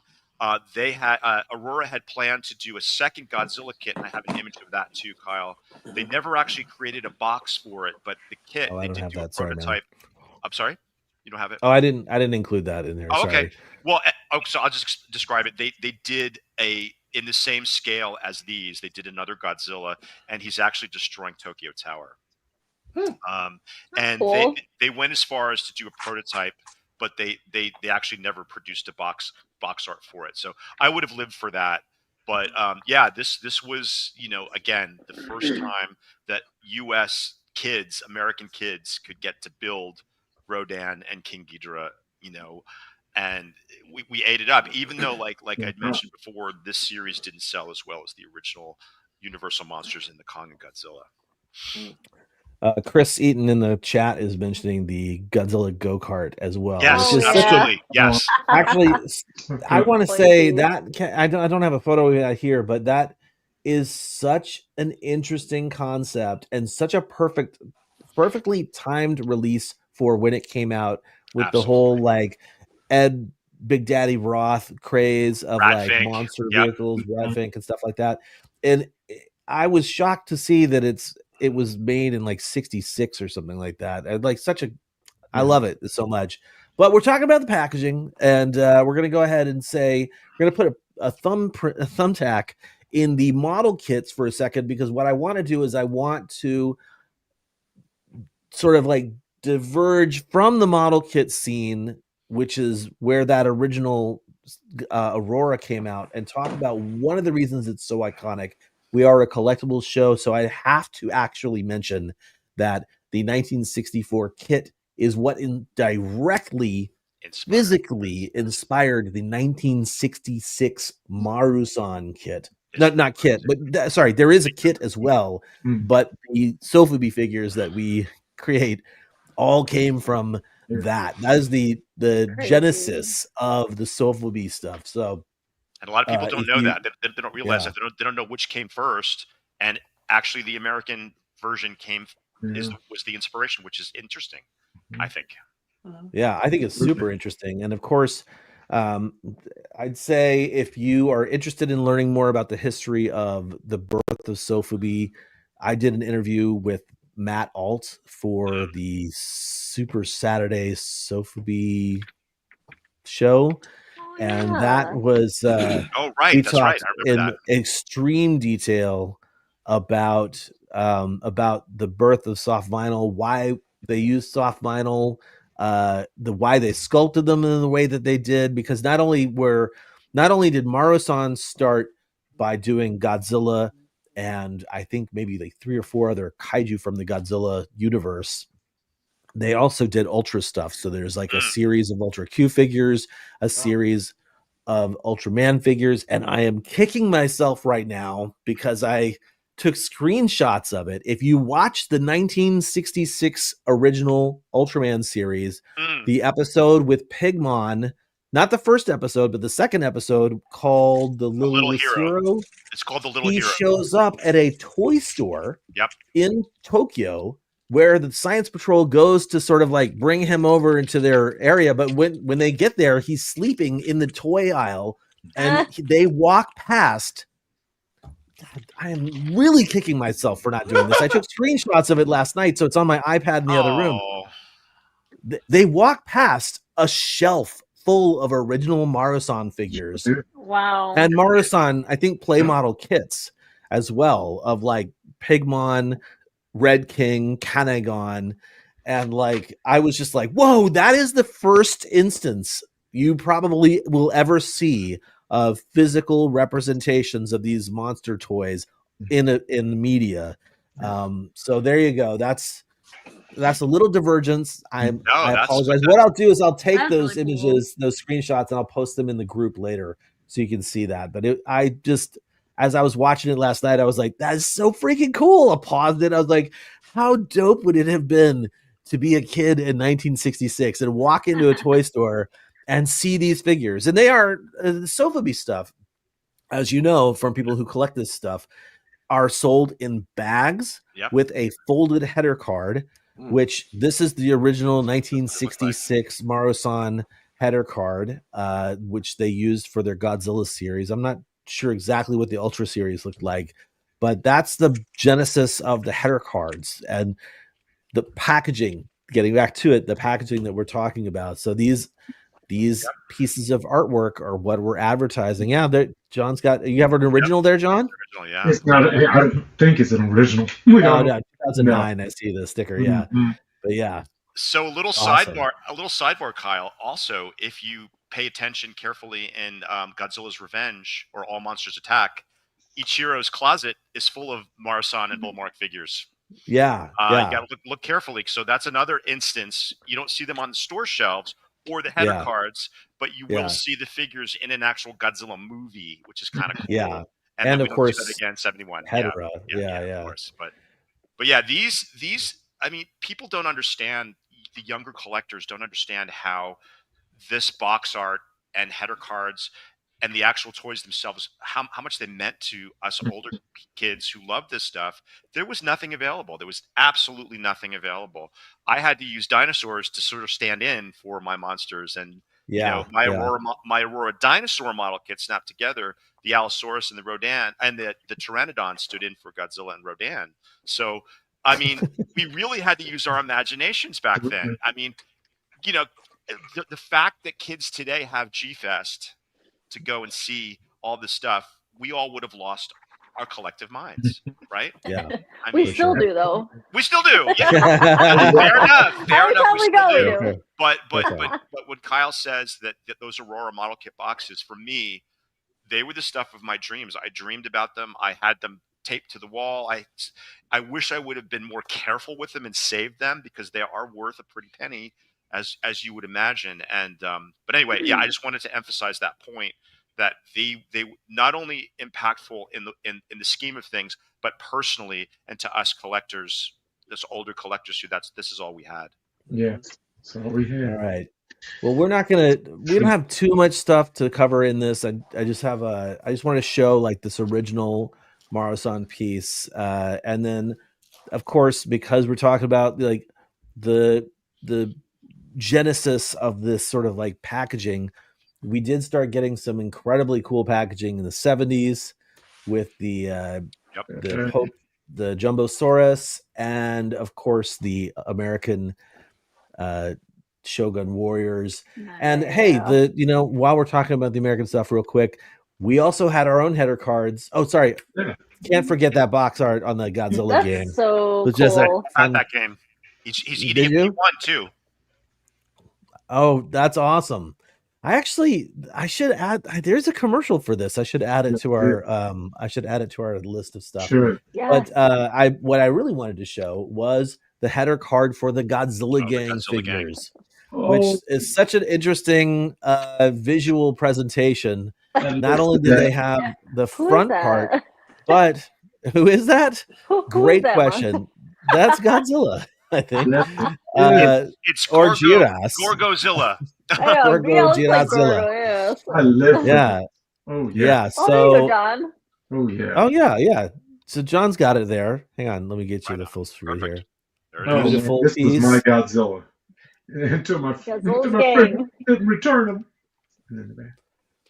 Oh, and there's a lineup. Yeah.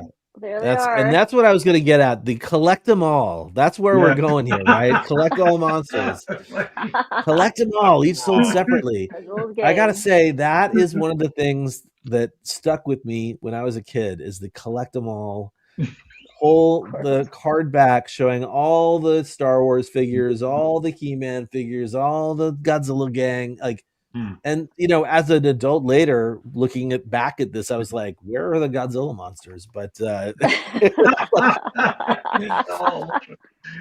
there's only one Godzilla. The rest are all ultra kaiju. Yeah, crossover. Okay, so you know what? Real super fast before we move on, I just wanted to say, I went back to some media here, some books that I got, and I'm sure a lot of us have Sean Lincolnback's Guide to Collectibles, Godzilla Collectibles. Essential reading. Yes. But I was also flipping through Yuji's book, this Godzilla Toy Museum book. And do you guys actually know, while we're showing off the earliest Godzilla artwork, who knows what the first Toho Tokusatsu packaging was for? Anybody? Don't say it. Oh, man. Wasn't it like a little gun thingy? Was it Angulus? What was that, Christine?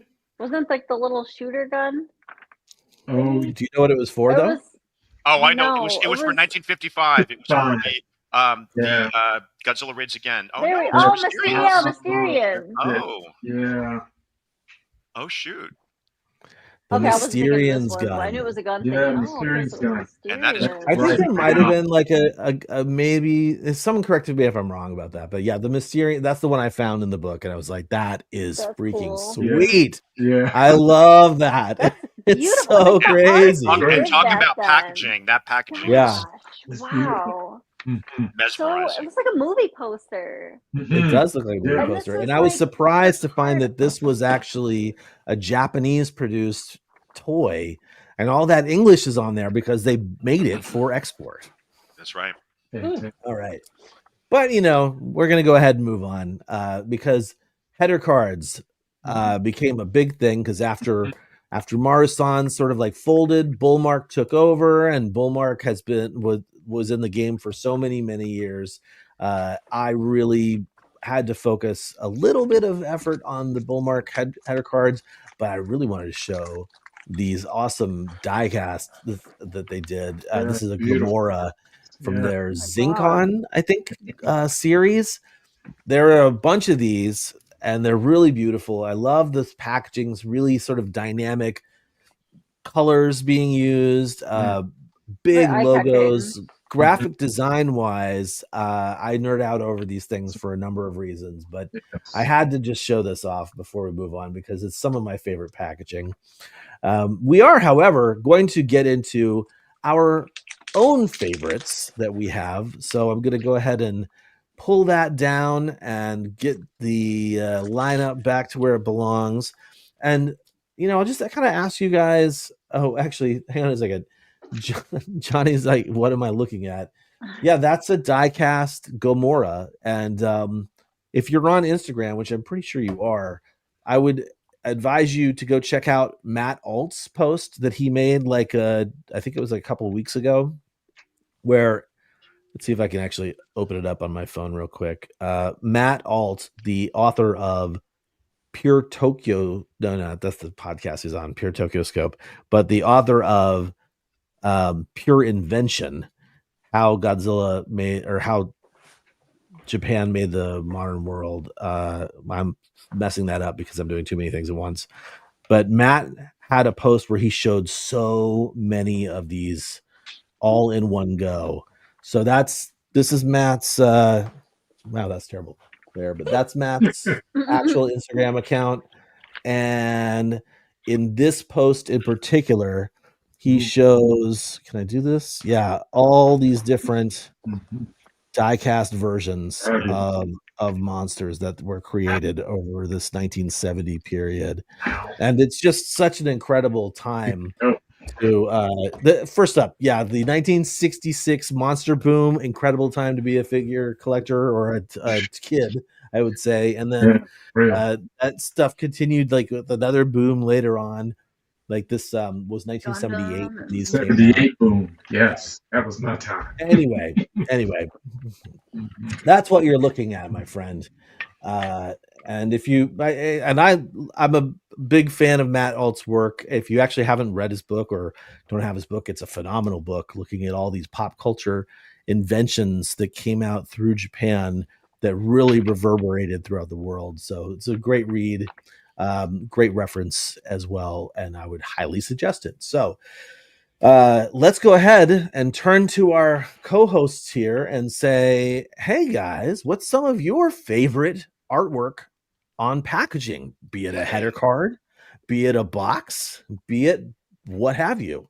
And I will ask Mr. Leslie Chambers to start off, because I know it's not going to be header cards. Well, we know he has one. Yeah, do you have the mermaid header card? That's right. At least one. I threw that crap away a long time ago. Oh my god! Supposed to save your header cards. Unfortunately, I threw my first header cards away too. There's always more in the future. Jump on them. Jump on Kyle. Yeah, you can jump on me. Or you're gonna drink something. Okay, that's fine. That's all right. That's okay. It's all right. You know what? It's funny when we had this brainstorming idea of doing this discussion. They saved it for the topic, and they was like, let's do a header card show, and Kyle was like, totally awesome, dude. Yeah. And I was like, I guess I'll see y'all in May because I don't know what header card is. And Kyle was like, dude, you got a Safubi. You can't pull that card anymore. Don't do that. I was like, oh, so that's what it is. Honestly, I didn't know. I didn't know. But a lot of like you just said earlier, like sometimes the packaging is like, it's a part of these figures. There's a lot of reasons why I've kept so much over the years. So I got to the point, it's like, no, some of y'all got to go. But I've maintained a practice of actually cutting the artwork off and storing them in bigger boxes and get rid of the excessive packaging, because this artwork is awesome and so dynamic and colorful and irreplaceable in my opinion. Yeah. So a lot of the boxes that I've had, I've kept through the years, whatever. A good chunk of them are gone, but these three, while they're not maybe my top favorites, but they're my favorites nonetheless. And Kyle, I sent the images to your messenger, so you can throw up whatever one, and then I just go through from there. All right, so let's go with this guy right here. Okay. Oh. And you know what? I forgot I had it until I saw it this afternoon. I was like, because I was trying to debate which boxes I should use for this discussion, and I saw that in the corner. I was like, oh, I do have that box. Now, this is from S Plus USA. It is a subsidiary company to S Plus. I don't know if they're still in business anymore, but S Plus used to have back in the day. Before they started doing these vinyl reinterpretations of figures or whatever, and they did a handful of monsters like King Ghidorah 64 here. I think they've done a Godzilla 64, a Mothra 64. Those I could think of. Rodan 56, Gigan. Yeah, this Gigan, is yeah. And this is the artwork for the S Plus USA King Ghidorah 1964. It's made out of resin. This really was the first King Ghidorah that S Plus has ever done. I know people tend to think that the 68 from 2014 was the first. No, that was the first vinyl interpretation of King Ghidorah from the Showa period. But technically, this was actually the first. And I love that artwork right there where it depicts the birth of King Ghidorah. Yeah, That's David, cool. I know you agree with me when I say that is one of the most iconic shots ever in the Showa period. Absolutely, 100%.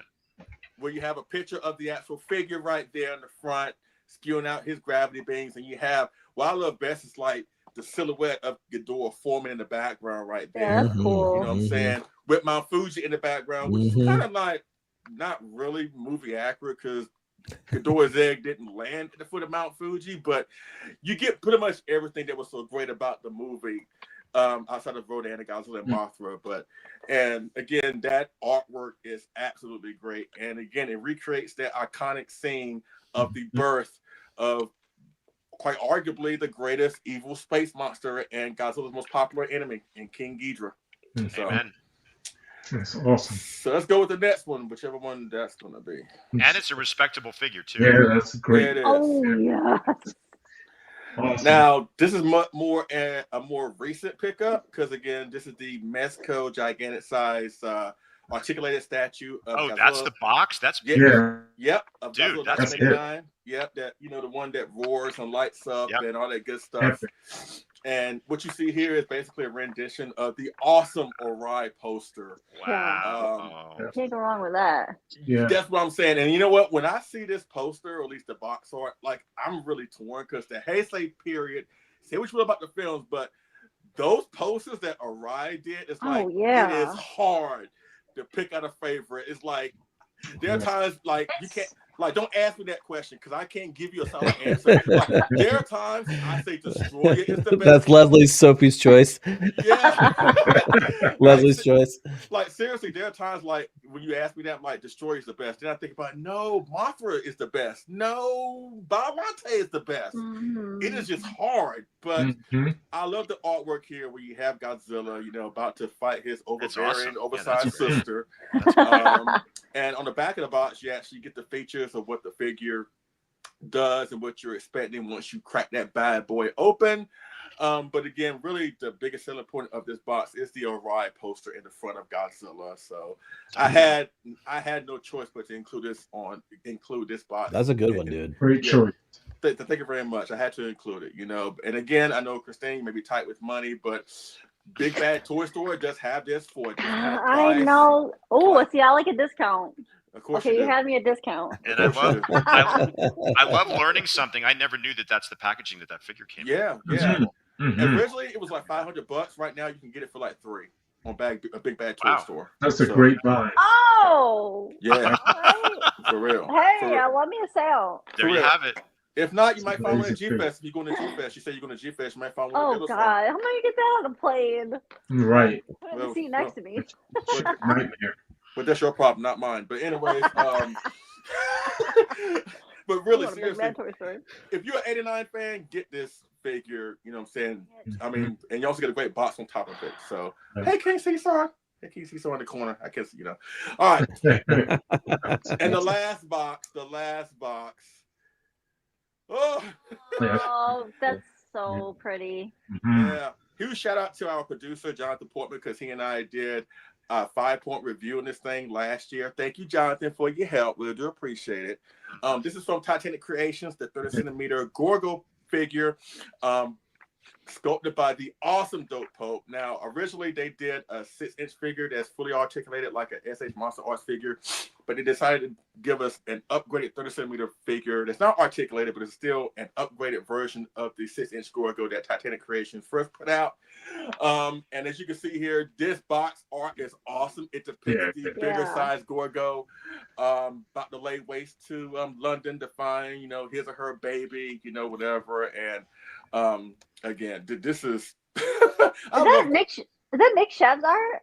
It is Nick Shev's art, yeah. Yes, it is. Nice eye, Christine. Very good. Because he looks like he did the header cards for the little mini ones too. That's right. Yeah, he has a really neat style. And you know what? I was having trouble thinking of the artist's name, but it was on the tip of my tongue. But thank you, Christine, for that. Yeah, he has a really cool style. Yeah, and as you can see here, that was on the poster. This is the big one, Gorgo. Cool. Like nothing you ever seen before, unless you saw Godzilla. But still, that's another story. But, like nothing you've ever seen before, except Godzilla. Except Godzilla. And I can't wait for the next Titanic creation I'm going to get. They announced they're going to do a 30 centimeter Yonggary from the first film. Oh yes, I saw that. And Matt Frank is doing the artwork on that box. I can't wait to showcase that box when the time comes. But that's all I want to showcase in mine: King Ghidorah, Gorgo, and the Mezco 89 Godzilla. So David, what about you? Nice. Awesome choices, Leslie. Thank you. This was harder than I thought it was going to be because I've got header cards, I've got boxes, and again, we talked about this a little bit before, and I'm curious to see what you guys in the chat room do? Do you keep your boxes? Do you toss them? Or do you do like Leslie? Do you cut the artwork out? Do you save some? Or do you toss them all? Me personally, I only save the ones that I absolutely love, that absolutely mean a lot to me, because I really don't have the room. And it's just, as much as I'd like to keep them, and they do look great masked out together, even the boxes. It's just not feasible when you reach a level of collecting like a lot of us are. But so I'm gonna bend the rules a little bit and show 2 header cards in 3 pieces, real fast. I could not pass this one up. This is a recent one. Spiral did a Isenso Goji by our very own Bob Eggleton. And I mean, come on. Look at that. That is great. That's right. John did that logo. John did the logo. So again, you did the Spiral logo, John? There you go. So another reason to love this header card, and it's got the info on the back and just a beautiful image, and so perfect header card. Gorgeous. More modern one. And then this one is kind of special. I got this at the Super 7 store, I think like 2002 or 3, and it's for the Marathon Super 7 collaboration 54 Godzilla. That's awesome. The header card by Mark Nagata. That's Godzilla invades San Francisco Bay, and there's the Golden Gate Bridge. Wait, what figure did that come with? This came with the Super 7 magazine exclusive 54 Godzilla collaboration with Marathon. And I have actually this is beautiful. I guess Mark gave me this one because this is like a sample card, but it's pretty cool. It was never attached, so it doesn't have the extra special staples on there. But I had to show that one off too. All right, now let's get into my boxes. So Kyle suggested, because this is a conundrum, that I pick something older, something kind of in the middle, and something newer. That's great. So I followed his lead, and this is actually the first Godzilla Kaiju collectible gift that my husband Keith ever got me. I think it was like 1992. And it is the Billiken tin wind-up box. Nice. And it's kind of a throwback box. It looks like a movie poster. And I don't know the artist. I should probably have looked it up, but I don't know the artist. But Billiken nailed it on this. And I've had this for years. And again, this is one that I'll never throw out. And I actually used this box to house all of my Bandai header cards. Hey, that's a good idea. So all my Bandai header cards are in here. But this one is spectacular. I would love to have this actually. And it is the Billiken tin wind-up. This is actually the brown I got the brown version that Keith got me in New York City. So I love this. Those are really cool figures too. It's great in a brown box. That's awesome. Yeah, it's great. It's like an old school throwback box. All right, so let's get something kind of in the middle. It's kind of newish too. This is something that is all the rage now. We all love these. The M1 Trikes. Yeah. Look at that artwork in there. Again, kind of a throwback box, like a tin wind-up toy. Just really, really whimsical and fun. And they just do an amazing job. And upside down. And it just entices you to open the box to see what's inside. And for once, the inside of the box is just as cool as the outside of the box. These things are great. Very collectible. I want all of them. I have like 3, but I want all of them. But yeah, John's got one out of the box. Of course, he's got the 74. That's I gotta get one those that I would newer like to have ones, too. But again, this packaging is next level awesome. Yes. And again, fun. That's number 2, and then number 3 is kind of recent-ish, and it's one that I could never bring myself to throw away. It's by good friend of the show, Mr. Tom Whalen. Oh, yeah. Mothra. Yeah, that's fantastic. Mondo, Mothra, Godzilla. I'm so Mothra. Mondo box. Mondo. I mean, look at that box. It's just perfect. I mean, you could cut this out and frame it, right? Poster out of it. But again, next level. Yeah. And in the back, actually, just like many of the other ones, shows the specs of what's inside of the box. And it was a super hard choice to pick only Only a few. Now I want to show one more thing. Sorry. Now, G Akamoto and I became friends over the years, and one of the things that we have in common is our love for the old Aurora kits that Kyle and I talked about at the beginning. And I had this kit as a kid. This is the Mummy, right? Night. This is a 69. This is the lithobot. Wow. And G, his X Plus was inspired so much by this. They actually made an updated version of the Karas Mummy. Yeah, fantastic. In the long box. Yeah. And so the legacy of the original inspiration for these kits lives on with X Plus. And, you know, they've done so many other kits. They've done Frankenstein, Dracula, the Creature from the Black Lagoon. But this is the inspiration, and this is the modern take on the box art. And again, thank you to G for sending that to me. It's awesome. I can't wait to build them up. And I think I'm taking up too much time because I didn't follow the rules, but screw it. I love this stuff. I came up. There was one more thing. So much good stuff. There's one more thing. What was the yeah, last you sent me an image because you know you're a model kit guy. What was the last one? I don't. Oh yes. Oh yeah. Oh my God. Okay. All right. So imagine my delight when I saw this Inoue Arts model kit. Oh my God. I guess it was a Godzilla kit. It's got Mr. Taco, Kong and Godzilla ogling over Madonna sitting on the top of the car, the vintage car. And if you look at the what do you call it? What do you call this thing? The hood ornament. The hood ornament. It's a Passion Boya. I mean, come on. That's so cool. Wait, did this come with something? Yeah, it came with a model This is kit. this is a model kit box art. Yeah. Inoue Arts, which became Paradise and Wave, but this is the original artwork that Mr. Inoue decided he wanted to do. And I think for someone like me who was I was a big Madonna fan back in the day, and I started into the collecting. So that's probably like from the late 80s. That's a garage kit. That's an old garage kit. So thank you, Kyle, for reminding me. I totally forgot about it. But yeah, that's it for me, and I'm glad you guys are digging this topic. And Kyle mentioned too, we should probably revisit this because there's so much more to talk about. Scratching the surface. Oh, yeah. Scratching the surface. But I'm done talking for now. Christine, what do you got? Oh gosh, like you said, there's so many beautiful like artworks, and yeah, I have that same issue too, where the box art, I love the box art, but we literally need a separate collection room just for the boxes. So I usually cut mine off, but some really nice ones. Okay, so one of my recent favorites that I just got actually just came out recently from Super 7. The Cherry Blossom. Yeah. Oh, you got figures. Those are fantastic. These are some of the best ones I've seen so far.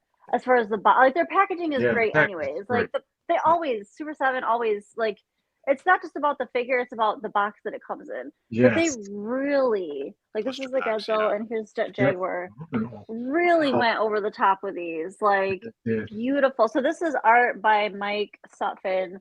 He did stuff for like I think he worked for Dungeons and Dragons, Magic the Gathering, and all that. But so this art is so good that when Super 7 first announced these, people thought it was AI art. Oh, that's right. Oh, that was good. Yes, everybody was thought it was AI. I'm like, dude, I'm like, Mike, you're so good. Nobody could tell. I mean, you could tell, but I'm like, I don't see AI in this at all. It's beautiful. Because Mike has that style. Like this is his style. But I guess if people haven't really seen it before. But I mean, like this is just so. Normally, I'll take my Super 7 figures out. These ones I can't. I don't want to rip it. So I might have to buy another set. Exactly. The figures themselves are that's where they get you too. But I'm like, dang, I can't rip these out and rip the packaging. Like, these are just too nice. So I'm gonna be hanging these one up on the wall.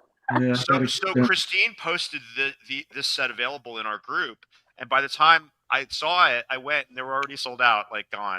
Like, I think they're back now, though. They're back now? Okay, because I know they have them in the stores. They're really cool. And that artwork, that Godzilla artwork, John, you may remember this. Remember Scholastic? They used to come with the bookmobiles. They get little books. Yeah. That looks like an old dinosaur Scholastic book called Dinosaur Time that I had. It looks just like the artwork. Hello, Scholastic. You remember what I'm talking about, right? Yeah, absolutely. It's Oh just gosh. so. Reading is fundamental. Yes. I remember the Scholastic book fairs. Remember the Yeah. weekly readers. Yes, weekly readers. That's right. That's exactly what it was. Right. Yes, sir. Yep. Yeah, these They're are just sweet. great. I think They I'm gonna gotta be get hanging them. these ones up on the wall or buying doubles. I really want to take them out and display the figures because they're pretty too. But Yeah. I No, can't. don't I'm gonna wreck have to that get. box. Don't No, wreck I'm gonna have that to get extras. I'm gonna go check their website now. Or next time I'm in the Bay. And they're stop so by the- affordable. They're the- affordable I know. price. What, like $20? Yeah. Can't go wrong with that. I Got a nice wonder collection. if they'll show up in Right. Best Buy because sometimes Super 7 stuff shows up in my local Best Buy. Yes. Or in Target. The but- blind boxes are usually in In Target. Palm Desert, like every once in a while I'll see a random Super 7 figure. I'm like, that's Like this needs to be a poster. I want this as like Right. a poster. That's so Yes. pretty. It's so detailed too. tell Hector. Oh no, sorry, not Hector. Tell Brian. So Mike, yeah. Oh yeah, I Brian, should. Yeah, Brian Brian. Flynn, Well, yeah. maybe I'll see him at. I think he's going to be at Godzilla Fest. So Cool. they usually have a table there. All right, so that's that. Oh, and then so now we're gonna go to header cards. And this one is hard because there's a ton of nice header cards out there. But one that really sticks out to me is the Neo Player One. Oh, that's all. Yeah. It has like a very retro like pin. I don't It know. looks like a chocolate bar. Doesn't it? I want to eat it. Right. I guess I'm hungry. That's like Space Godzilla. He's cheesing. Look at him. Keith, get David some chocolates, Dad. Space Godzilla. Blood sugar salad. Oh, that's I don't know. They're like really cool. I never saw they're those. colorful. They're super colorful. I love colorful stuff. And the figures themselves are like, amazing. Yeah. But I really like the style of art. It's like a kind of retro. It sort of reminds me of like, I don't know why it thinks of like Pac-Man for some reason. Makes me think of like the old like Old cartoons. yes. right? Oh, like look at how they Yeah. do like the Space Godzilla. With the big, So with this the is- thick black lines. Yeah. Yes. I totally get what you're talking about. So these Very cartoony. the art is by Mizumaru Kabahara, who does like I think I sent you Kyle some of his other art. I just want to You showcase did. some of his art real quick because it's really cool. Oh, like I love look at that. this. That's Beautiful. great. So he mostly does like ink, Mm. pencil, and Photoshop, but he does all kinds of stuff. He's really big into Star Wars, so he has like Star Wars stuff, monsters. Like look at this. It's just simple and Oh, that's nostalgic. cute. That's Yeah. And really, yeah, it's just like Millennium is dope. it's so different. Like I Yeah. really, got really, Han really, and Chewie in and there. he sells some of this stuff too. So you can go to his website. I wrote down Mizmaru.com, I think it is. It's Yeah, playful. Mizmaru.com, and you can buy some of these. The Godzilla one wasn't up there, but I was like, dang, I really want that one. That's really cool. Yeah. But like, there's Did other he ones, do like the artwork that Neo Player One had on display when they had the gallery showing here? Was that because they had some pieces? Remember when you got the Space Godzilla figure? Because I went to Hibiya to get that for you, and Yes, I know. they had That's some all for you, artwork, Kyle? framed artwork on the walls, and it was like some of it was like the Godzilla racers and stuff like that where they're in the cars. Racers. I It think, might have been I- his same it guy. I'm might not have sure though. been, because Yeah. I'm pretty sure that he's done all the header card art for Neo Player One so far. I love At least it. all the ones I have is all by him. But I'm Cool. pretty sure he did the 64 one too. So yeah, I'm thinking it probably was. I just really like the style. And Yes. just like the card Right. itself, like this one, the bright blue, like Mhm. yellow, and then Yep. like the back is cute, like a little drawing of the figure, Super. whatever. It's just really neat. Highly And then here's the 54, but Yeah, that's awesome. Inspired. really, I like the bright, like I don't know. It just reminds me of like being a kid and you get those toys with all the bright colors on them. I love it. So my last one is going to be box art. So by far for me, Mondo, the box itself is a collectible. I have never seen boxes. I'll just show a couple up. So this is just the Space Godzilla by Francesco Francavilla. Holy cow. Like, come on. Like, this is like a poster. Mm-hmm. And so you can flatten the box out, because I did, because I can't. But, like, come on. It's almost like an album cover. Yeah, I it does. know. Like, you're buying a Yeah, figure, and yeah. you don't expect to have this beautiful, just, Hold on to. I don't know. Yeah. Mondo goes above and beyond, I feel like, Yeah, they for do. us collectors. Like, it's just, so this is one of my favorites, the Space Godzilla. And then, of course, the prize, oh, the Mile Oh yeah, that's by Tom Welland. That's beautiful. Love Tom Welland's art. I mean, fantastic. it's You just can't the design of that follow is this. just so great. It's got the little, you know. And this is actually is a poster. I have the poster too, the mono Oh. poster, but because I just had to have it. It's just gorgeous. And then one more box art I'm going to show off real quick because it's kind of cool. Another mono one. Oh yeah, Aztec Godzilla. Oh, Like yeah. that's just by Urban Jesse Aztec. Hernandez, Jesse. yeah. Holy Yes. cow. He just has such a unique style. And who would have ever thought like you would see Godzilla interpreted just in art this way and then as a figure. Like I love this time that we are in right now because we get all these really cool and different and unique interpretations of Godzilla to collect. Like Attack Peter. Oh, shit, Yes. oh yeah, I do like look at this. Like who would have thought we would get beautiful. stuff Yeah, like I was gonna show that one, but you beat me to it. That's awesome. Yeah, there's that's so many. That's great. Like I know it's just Or three. But, I mean, there's just so. I mean, this just the time we're living in right now is like mind blowing because I'm not gonna ramble on, but it's like like when we were growing up, like we had Trendmasters and Bandai, and now we have like Yes. everything everywhere. You can just tip of your fingers, you can have it in a couple of days. It's nuts, and then you I get had this. nothing. I know. David, Sarah. I had KB toys every now and then if I was lucky to get some Trendmasters, but. It's a Now we wonderful get, like, time. these. It is a wonderful time and a terrible time to be a Godzilla collector. Right? Yes. And I'm like, I need a room just to display like these. I want to cut this out and frame it and like hang this up. Do it. Yep. Oh, so those are Great choices. my choices. 3 that turn into 7. So let's see what you got first. It's impossible to do 3. It It's really is. hard. It's so Yeah. hard. There's so much nice stuff out there. I'm gonna shut up. John, it's on to you. So inspiring. So inspiring. And Carl, like yourself, the design, the graphic design work that just goes along with it, it's just breathtaking. I love packaging so much that out collectible shopping a little over a month ago, I mean, I just had to pick up the little kid robot figure, Godzilla figure, just for pop, Aw, because I love the half toning. that It's is so cool. cute. That's great. Isn't it? Isn't it? Oh my god. This- Oh, It's that awesome. cute. This is great. So I'm going to do like you, Christine. I'm just and David. I'm just whiz through some of the Do it. packs. Do Just it. real quick before I show you my favorites. I mean, you mentioned Trim Oh, the just some of classic, the yeah. classic, wonderful color. Classic. You know, you can't. It's inspiring now, even more so. Mhm. And I will definitely be getting those Sakura Super 7 figures. But I thought the one, I didn't think anything could top this art for the pinball. Oh my That's good. god. That's that. just Oh, that is cool. Isn't it cool? I had a Mecha Godzilla, I just didn't That's bring the very last cool. I time. never saw that It's fantastic. Target. I gotta go find that one. No Target. Oh, wasn't it Target? Oh, We boycott Target. okay, no Target, right? That's I'll all. find it through other means. Oh, so let me show you my 3. And I showed them a little early, but I'll show another companion that goes with the Godzilla Gang header card. This was my childhood in 78, 79. I mean, this was everything. But this is the, Oh, I Oh, love that one. That's the one. That's Yeah. great. That's beautiful. it is. So those like two. the colors. The And what pink. is that one too, John? Remind us what figure came with that one. This one was the Godzilla.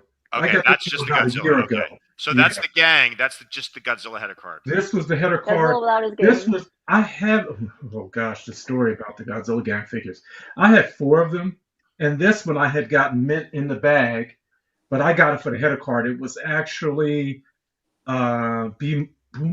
Beamustar. Can never say his name right. Bemistar. Bemistar. That's, yes. Oh, But I needed this so badly that I found them, got them. I still have the. Do you all keep your staples? no, I don't. No, somebody was trying to say the staples are worth money. It's like, come on now. Rich. I keep Rich the needs Oh, those that was staples. Rich. Yeah, that was Rich. The Marmot staples. He's got all the staples in a little jar. It's like, yeah, the staples are worth money. My ass. You gotta Yeah, keep right. the staples. And I showed these already, but they're just so beautiful. Just be careful, John. When you leave the staples in, if you just have them together stored, they can scratch. This is true. I usually put them in the plastic bag because I don't throw the bags out. That's good. Okay. And store them and keep these separate. And that's an important point. Let me just share a couple. Almost done. And my favorite must come last. But just some of the great. That's always been one of my favorites. Games. Come on, that's just. It's got the saucers in the background. Yeah. Yes. Nice one. I mean, that's what makes it for me. Absolutely. I mean, as you can see, there's some Mondo pieces. I mean, come on. But yeah. So this is the James girl. Oh, I didn't realize I still had this. You just put that aside. That's the one. Oh, yeah. Which one? He showed it off earlier. Yeah, I showed it. Because I'm going to show you the one. Yeah. I forgot I had it. It was sitting in a plastic bin in my basement since 1980.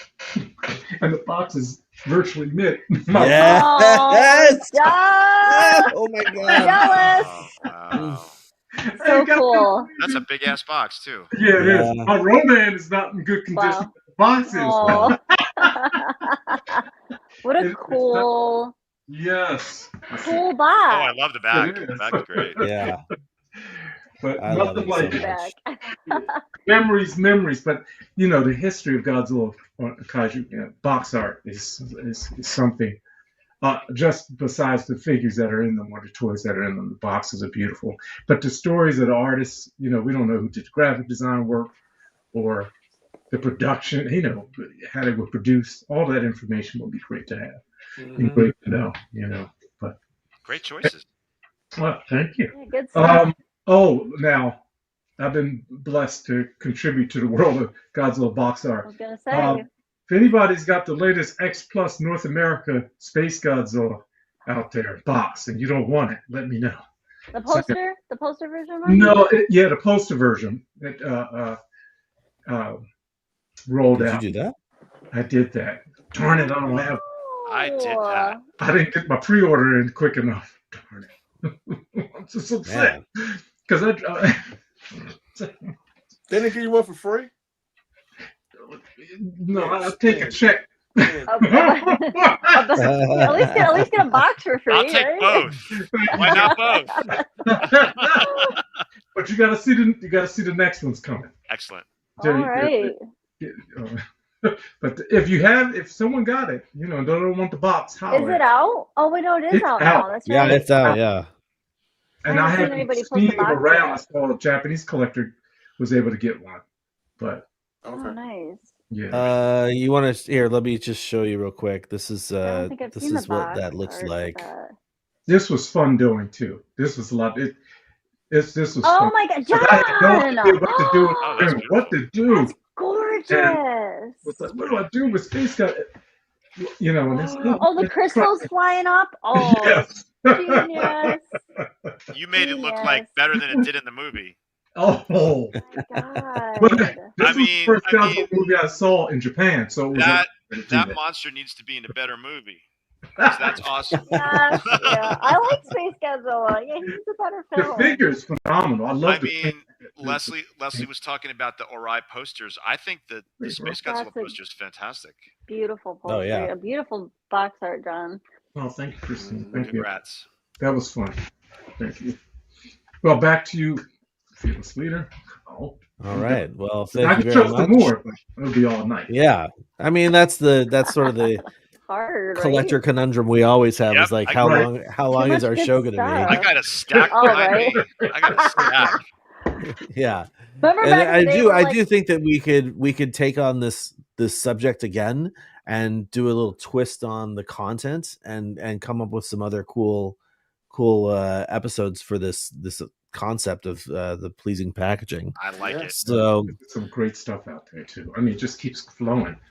So I'm gonna show off 3 physical items and 1 I don't have any more item in. So what I'll start with is a more recent one, and this is the Mondo Godzilla saucer, which features artwork from our friend Octeal. And I love this, and I appreciate that David cut this off so we didn't have to have the giant packaging sent to me in Japan and inflating that shipping price. That did not need to happen. Gosh. Big fan of that. And then I'll just go backwards in time here. I was here, and G Okamoto gave me this beautiful Aurora style. That was on my list too. Ho Frankenstein. Oh man, that's which has like the cool glow in the dark sticker on it. Well, it's not a sticker, but like part of the graphic. It looks like just like the old Aurora stuff. Exactly, Kyle. So this is the I just love this so much. I it's love like it too. Great choice. It's one of those ones I just can't get rid of because it's such a beautiful image. I've also got another couple of like small X Plus boxes, and actually, what I'll do is I will say that one of the things about X Plus boxes, I used to have a majority of my stuff was 25 centimeter because I got rid of a bunch of the 30 centimeter stuff, but the 25 centimeter boxes back in the day they were uniformly designed, right? They weren't like, I wouldn't throw them up as like, oh, look at these cool packages. I did like how they were uniformly there. Like if you had all the boxes together, which I did at one point, it was kind of cool to see them all. But the 30 centimeter boxes and the box art that came on those was so cool. I just really have always liked that look. Here it is. This is the one that got away. It didn't get away. That was awesome. I wanted to show off this one because usually the boxes were kind of like squarish, but this one had to be a big long rectangle because Manda was in that sort of like long shape. And the design almost has a what is that the mall photos that you would get when you're in the mall? You know what I'm talking about, John? Yeah. Horrible. So, but as corny as that sounds, I really like this. It works in terms of the design. It works so great with Manda.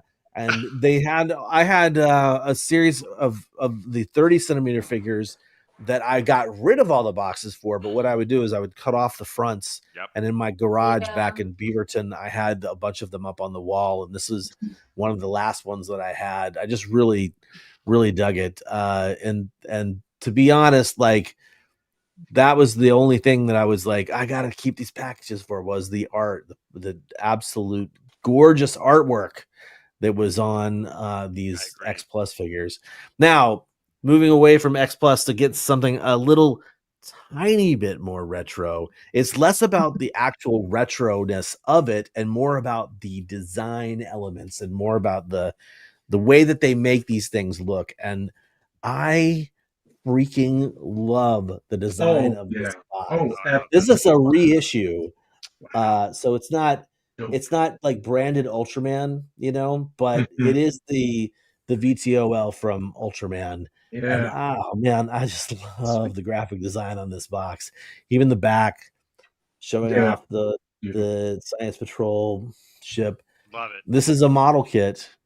And actually Tiger gave me this. And I just love the fact that it's so retro. It's got the Bullmark logo on it. It's got everything I want on it. And then it's like a beautiful painting. It's perfect. Dynamic graphics. What a word mark, right, John? Look at that word mark, guys. It's nothing like just classic model box art. Yeah. It's just crazy awesome. It's an art onto itself.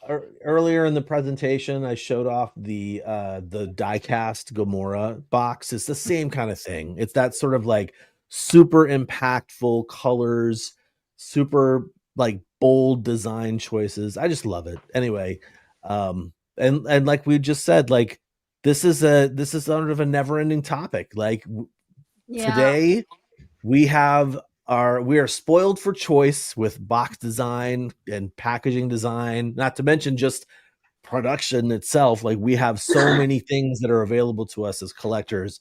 It's a wonderful time to be alive, from anything from new releases to reissues. I just think it's just never ending in the best way possible. So we should totally revisit this. And at some point, I'm sure we will definitely come back for another part 2 of our positively pleasing packaging presentations. So alliteration aside, we're going to go ahead and end the segment. Thank you guys for hanging out. we now have 69 people Whoa. Wow. hanging out and hanging out with us here today. So thank you all for being here. We are going to go ahead and ask our good friend Mr. Jonathan Portman to pop in, who is our producer of the show. And not only is he the producer of the show, he is our collector moment head honcho and one of the admins of our Facebook group. The Facebook group is called the Collect All Monsters Monster Collectors. And in just a second, we are going to actually showcase some cool production art, or sorry, product art that were picked by our peckish. I can't do the P thing anymore. Nice So attempt. they're basically We appreciate your attempt. handpicked by our. I should have written it down ahead of time. But yeah, we're going to show off some stuff that was chosen by Jonathan and David and myself to show off in the collector moment. But this is the end of the show, essentially the last couple segments of the show. So that means we're going to basically start getting the entries together for the giveaway for this beautiful Sarijushi 1954 Godzilla. And the way we do this is we use the StreamYard giveaway tool. So if you're watching live right now, even if you're on Facebook, if you're on YouTube, whatever it is, there's that live comment section where you can comment like what people have been doing here. So you can drop in a comment with a specific hashtag, and the tool will actually grab that hashtag. And anybody who's entered, they can try and win this. And David will send this out to you. What is that hashtag? It's Saru for you. Love it. So there you go. If you want to win this figure, go ahead and put hashtag Saru for you into the comment field. We will be generating these. We'll go ahead and load that tool up as soon as we're finished with the collector moment. So, Mr. Jonathan Portman, welcome to the show. Hi, Jonathan. What's up, guys? Pleasure to be here again, and it's good to be on the other side of the aisle here. John, thank you for welcoming, coming back to us and being here. It feels like the OG crew, and it's good old times. So happy for that. Happy to be here. This is a great episode, one of my favorite episodes so far. With all the product art, it's really nostalgic. It pulls me in. I'm sure it pulls you all in. Real quick, I know we're pressed for time here, but I just wanted to share a few of my favorite highlights of product packaging. And I know these weren't really gone over, but I gotta say, in terms of product packaging, let's talk about some OG VHS. Some good old artwork here. Yeah. Right. I know John appreciates this one. Some Noriyoshi Orai. This is one of my favorite designs, my favorite posters, my favorite movies right here, and one of my favorite now VHS tapes, courtesy of Toho Video. I really wish they would have stuck with this for their future releases, but that's okay. They kind of pivoted. But some other classics here. Oh, we yeah. have the Paramount Gateway releases, right? These were mainstays in my collection when I was younger. Rediscovered them. Suncoast Video was a haven for me when I was a kid. I would always go. My parents would literally they would ship me off to Suncoast when they went to shopping, and I would happily stand there for hours just looking at the horror sci-fi section and seeing these beauties up there. So love these as well. But now this is the most important part. We are going to showcase for you some of our own members' picks from their favorite either header cards, box art. We had a post earlier in the week, and we got an array of picks. It was like 70 comments about it. More than it was about 98 comments. Way too many to show on the screen during an episode. Yeah, I gotta say, thank you for everyone who participated and sent us in stuff. Everything was amazing. We loved looking at everything. It was really hard to choose, especially because everyone had multiple picks, and so we kind of had to parse it down. But David will be putting in the ones that did not make it in this show. He will be making a collage and posting it in the group for everyone to see. So rest assured, you will not be left out. So without further ado, let's take a look at some of these collector moments picks from our members. First up, I love this one. Mark Subs. Fantastic. We're starting out with a bang here. We got some classics here. We got Ballmark. I mean, just the Nito ones are probably some of my favorite ones, honestly. Yeah. They are talked Nito. about this. Nito. They are very Nito. That's very good. What you did there. That was a good one. But I just love the aesthetic here. Like this to me is, art in terms of packaging, and we've seen it. We've looked at it. It's sort of a lost art form, especially when you look at how far they went to the great lengths. And, you had to get creative, but also with the tools at hand back in the day. So I just love the paint, the hand drawnness, the paintedness, like everything about it.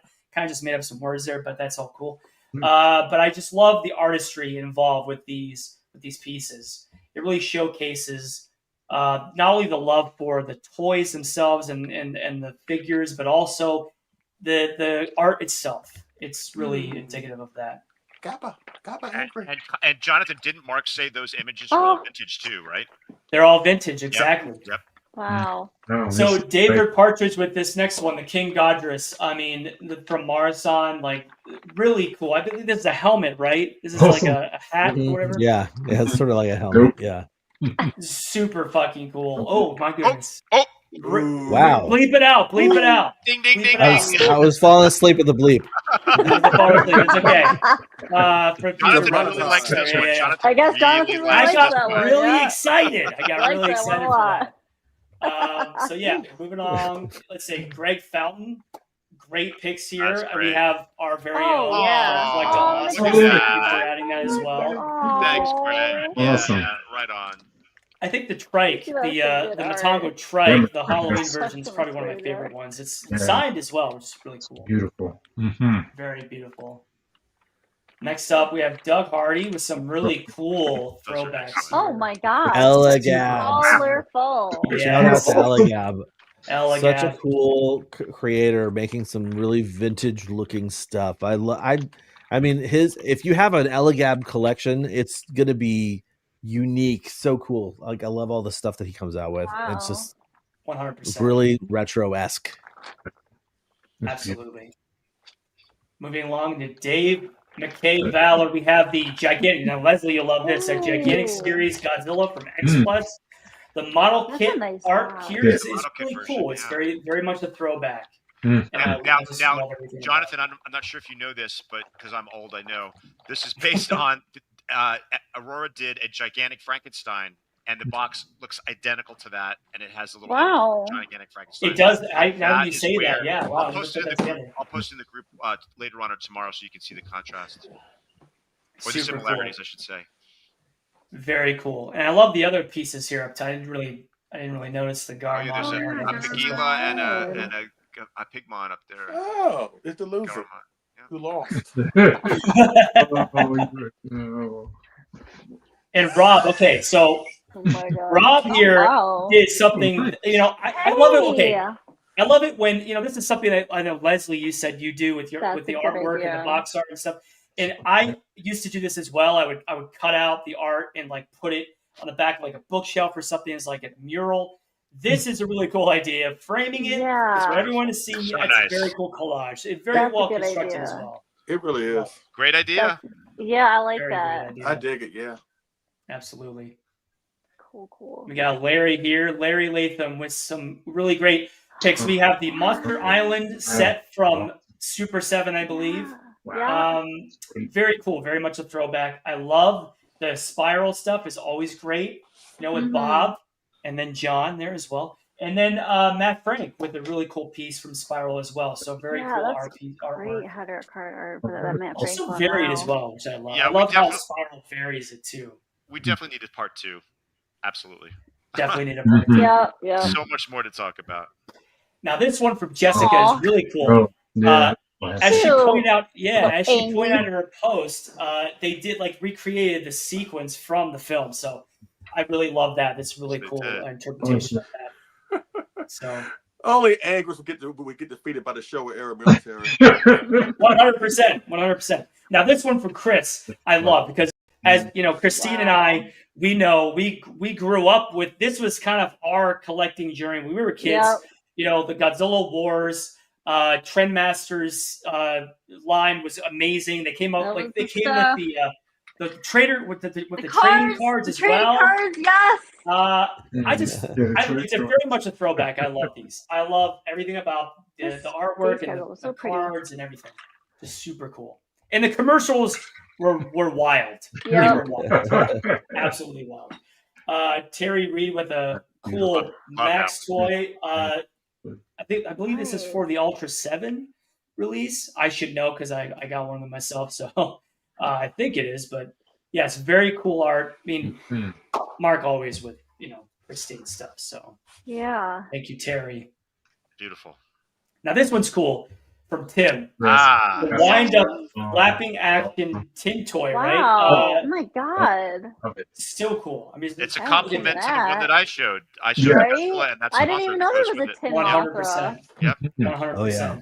I didn't know either until I saw this, so that's really really cool. cool. Detail. The artwork is so cool. Yeah, I mean, that it's artwork so is highly detailed. Destroying Newkirk City. Yeah. Doing a number on that scene. Yeah. Then you have Dylan Coates with this really awesome Bullmark, Bullmark piece. I love the Bullmark headers. They're just classic. I mean, speaks for itself, right? Love it.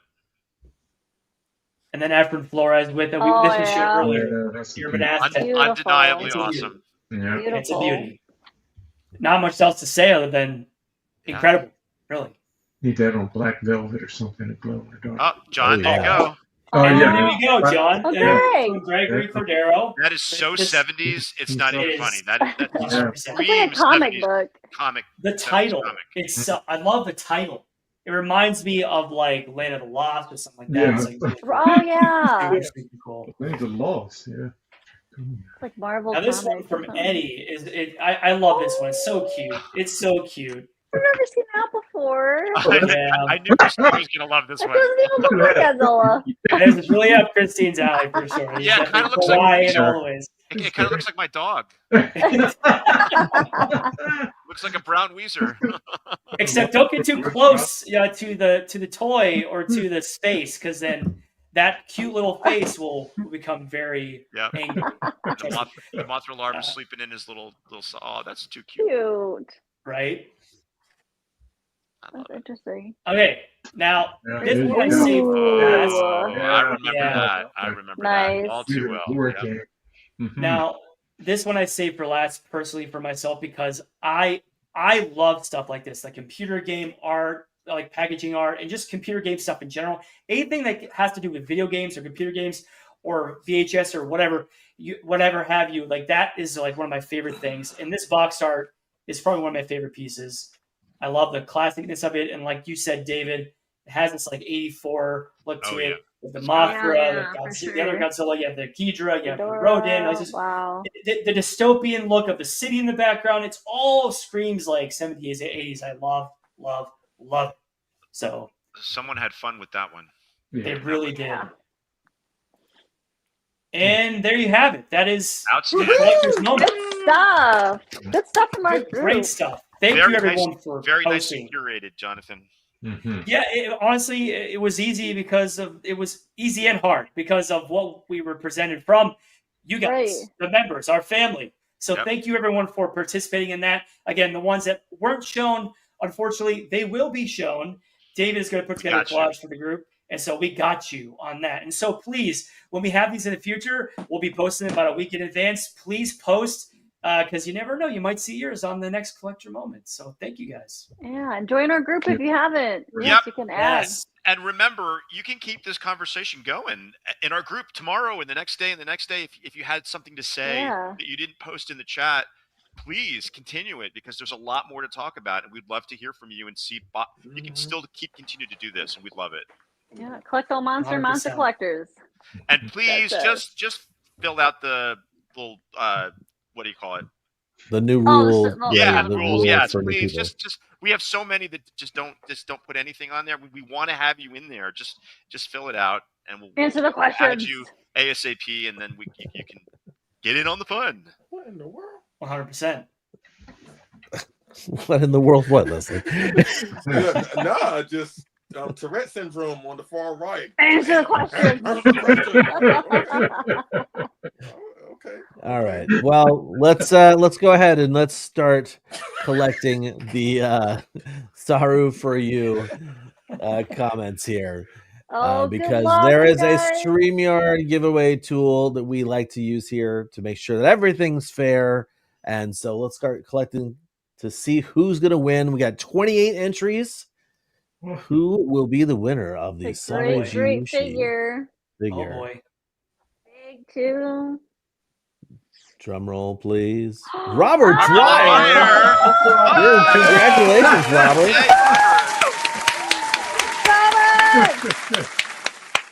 Awesome. Excellent. Well, that's fantastic. Robert, reach out. Actually, you're connected with David. Go ahead and send him a message. Get your mailing address for that, and he'll get that right out to you. And thank you again. Well, get it, eventually get it to you. Once again, big thanks to our anonymous donor for such an incredibly cool array of figures that we'll be giving away. Not just this month, but last month we did an Aurora Mechagodzilla from Bullmark, and we have many more to come. Many more awesome things for many more months for the show. So it should be pretty awesome. Keep that in mind. We're doing a giveaway until we run out of those, and probably I think in the meantime we're even gathering a few more items. So congratulations, Robert, and there you go. Godzilla's win over King Kong. For you, you know what? You know what, David? Send that to me. Send that to me first. Then I can bring Sledgehammer to it, and then I can send it to Robert, please. I can do that. Please. I'm gonna send about Ocean Freight. He won't get it till on January of next year. Don't get it twisted, Robert. Don't get it twisted. Don't poke All the right. Robert. Well, make sure to tune in for our next episode, which will be Saturday, May 17th at 3 p.m. Pacific, 6 p.m. Eastern. We look forward to seeing you there. I believe it's going to be a Mecha May episode. So I'm looking forward to talking about all sorts of Toho mechs, not just the Mecha Godzilla, the Mechanic Kong aspect of things, but also we're going to talk about the different stuff like the Maser cannons and so forth. All sorts of mecha is involved there. So Magera, yay! Go Tango. Go Tango. Yeah, all sorts of good stuff. So join us for that. And in the meantime, join us in our Facebook group and hang out and talk about cool stuff. Look for all these supplemental things we're going to post after the show. And until next time, our planet may be doomed, our Earth devastated, the monsters are in revolt, and civilization is in chaos. We must unite and collect all monsters. See you, everybody.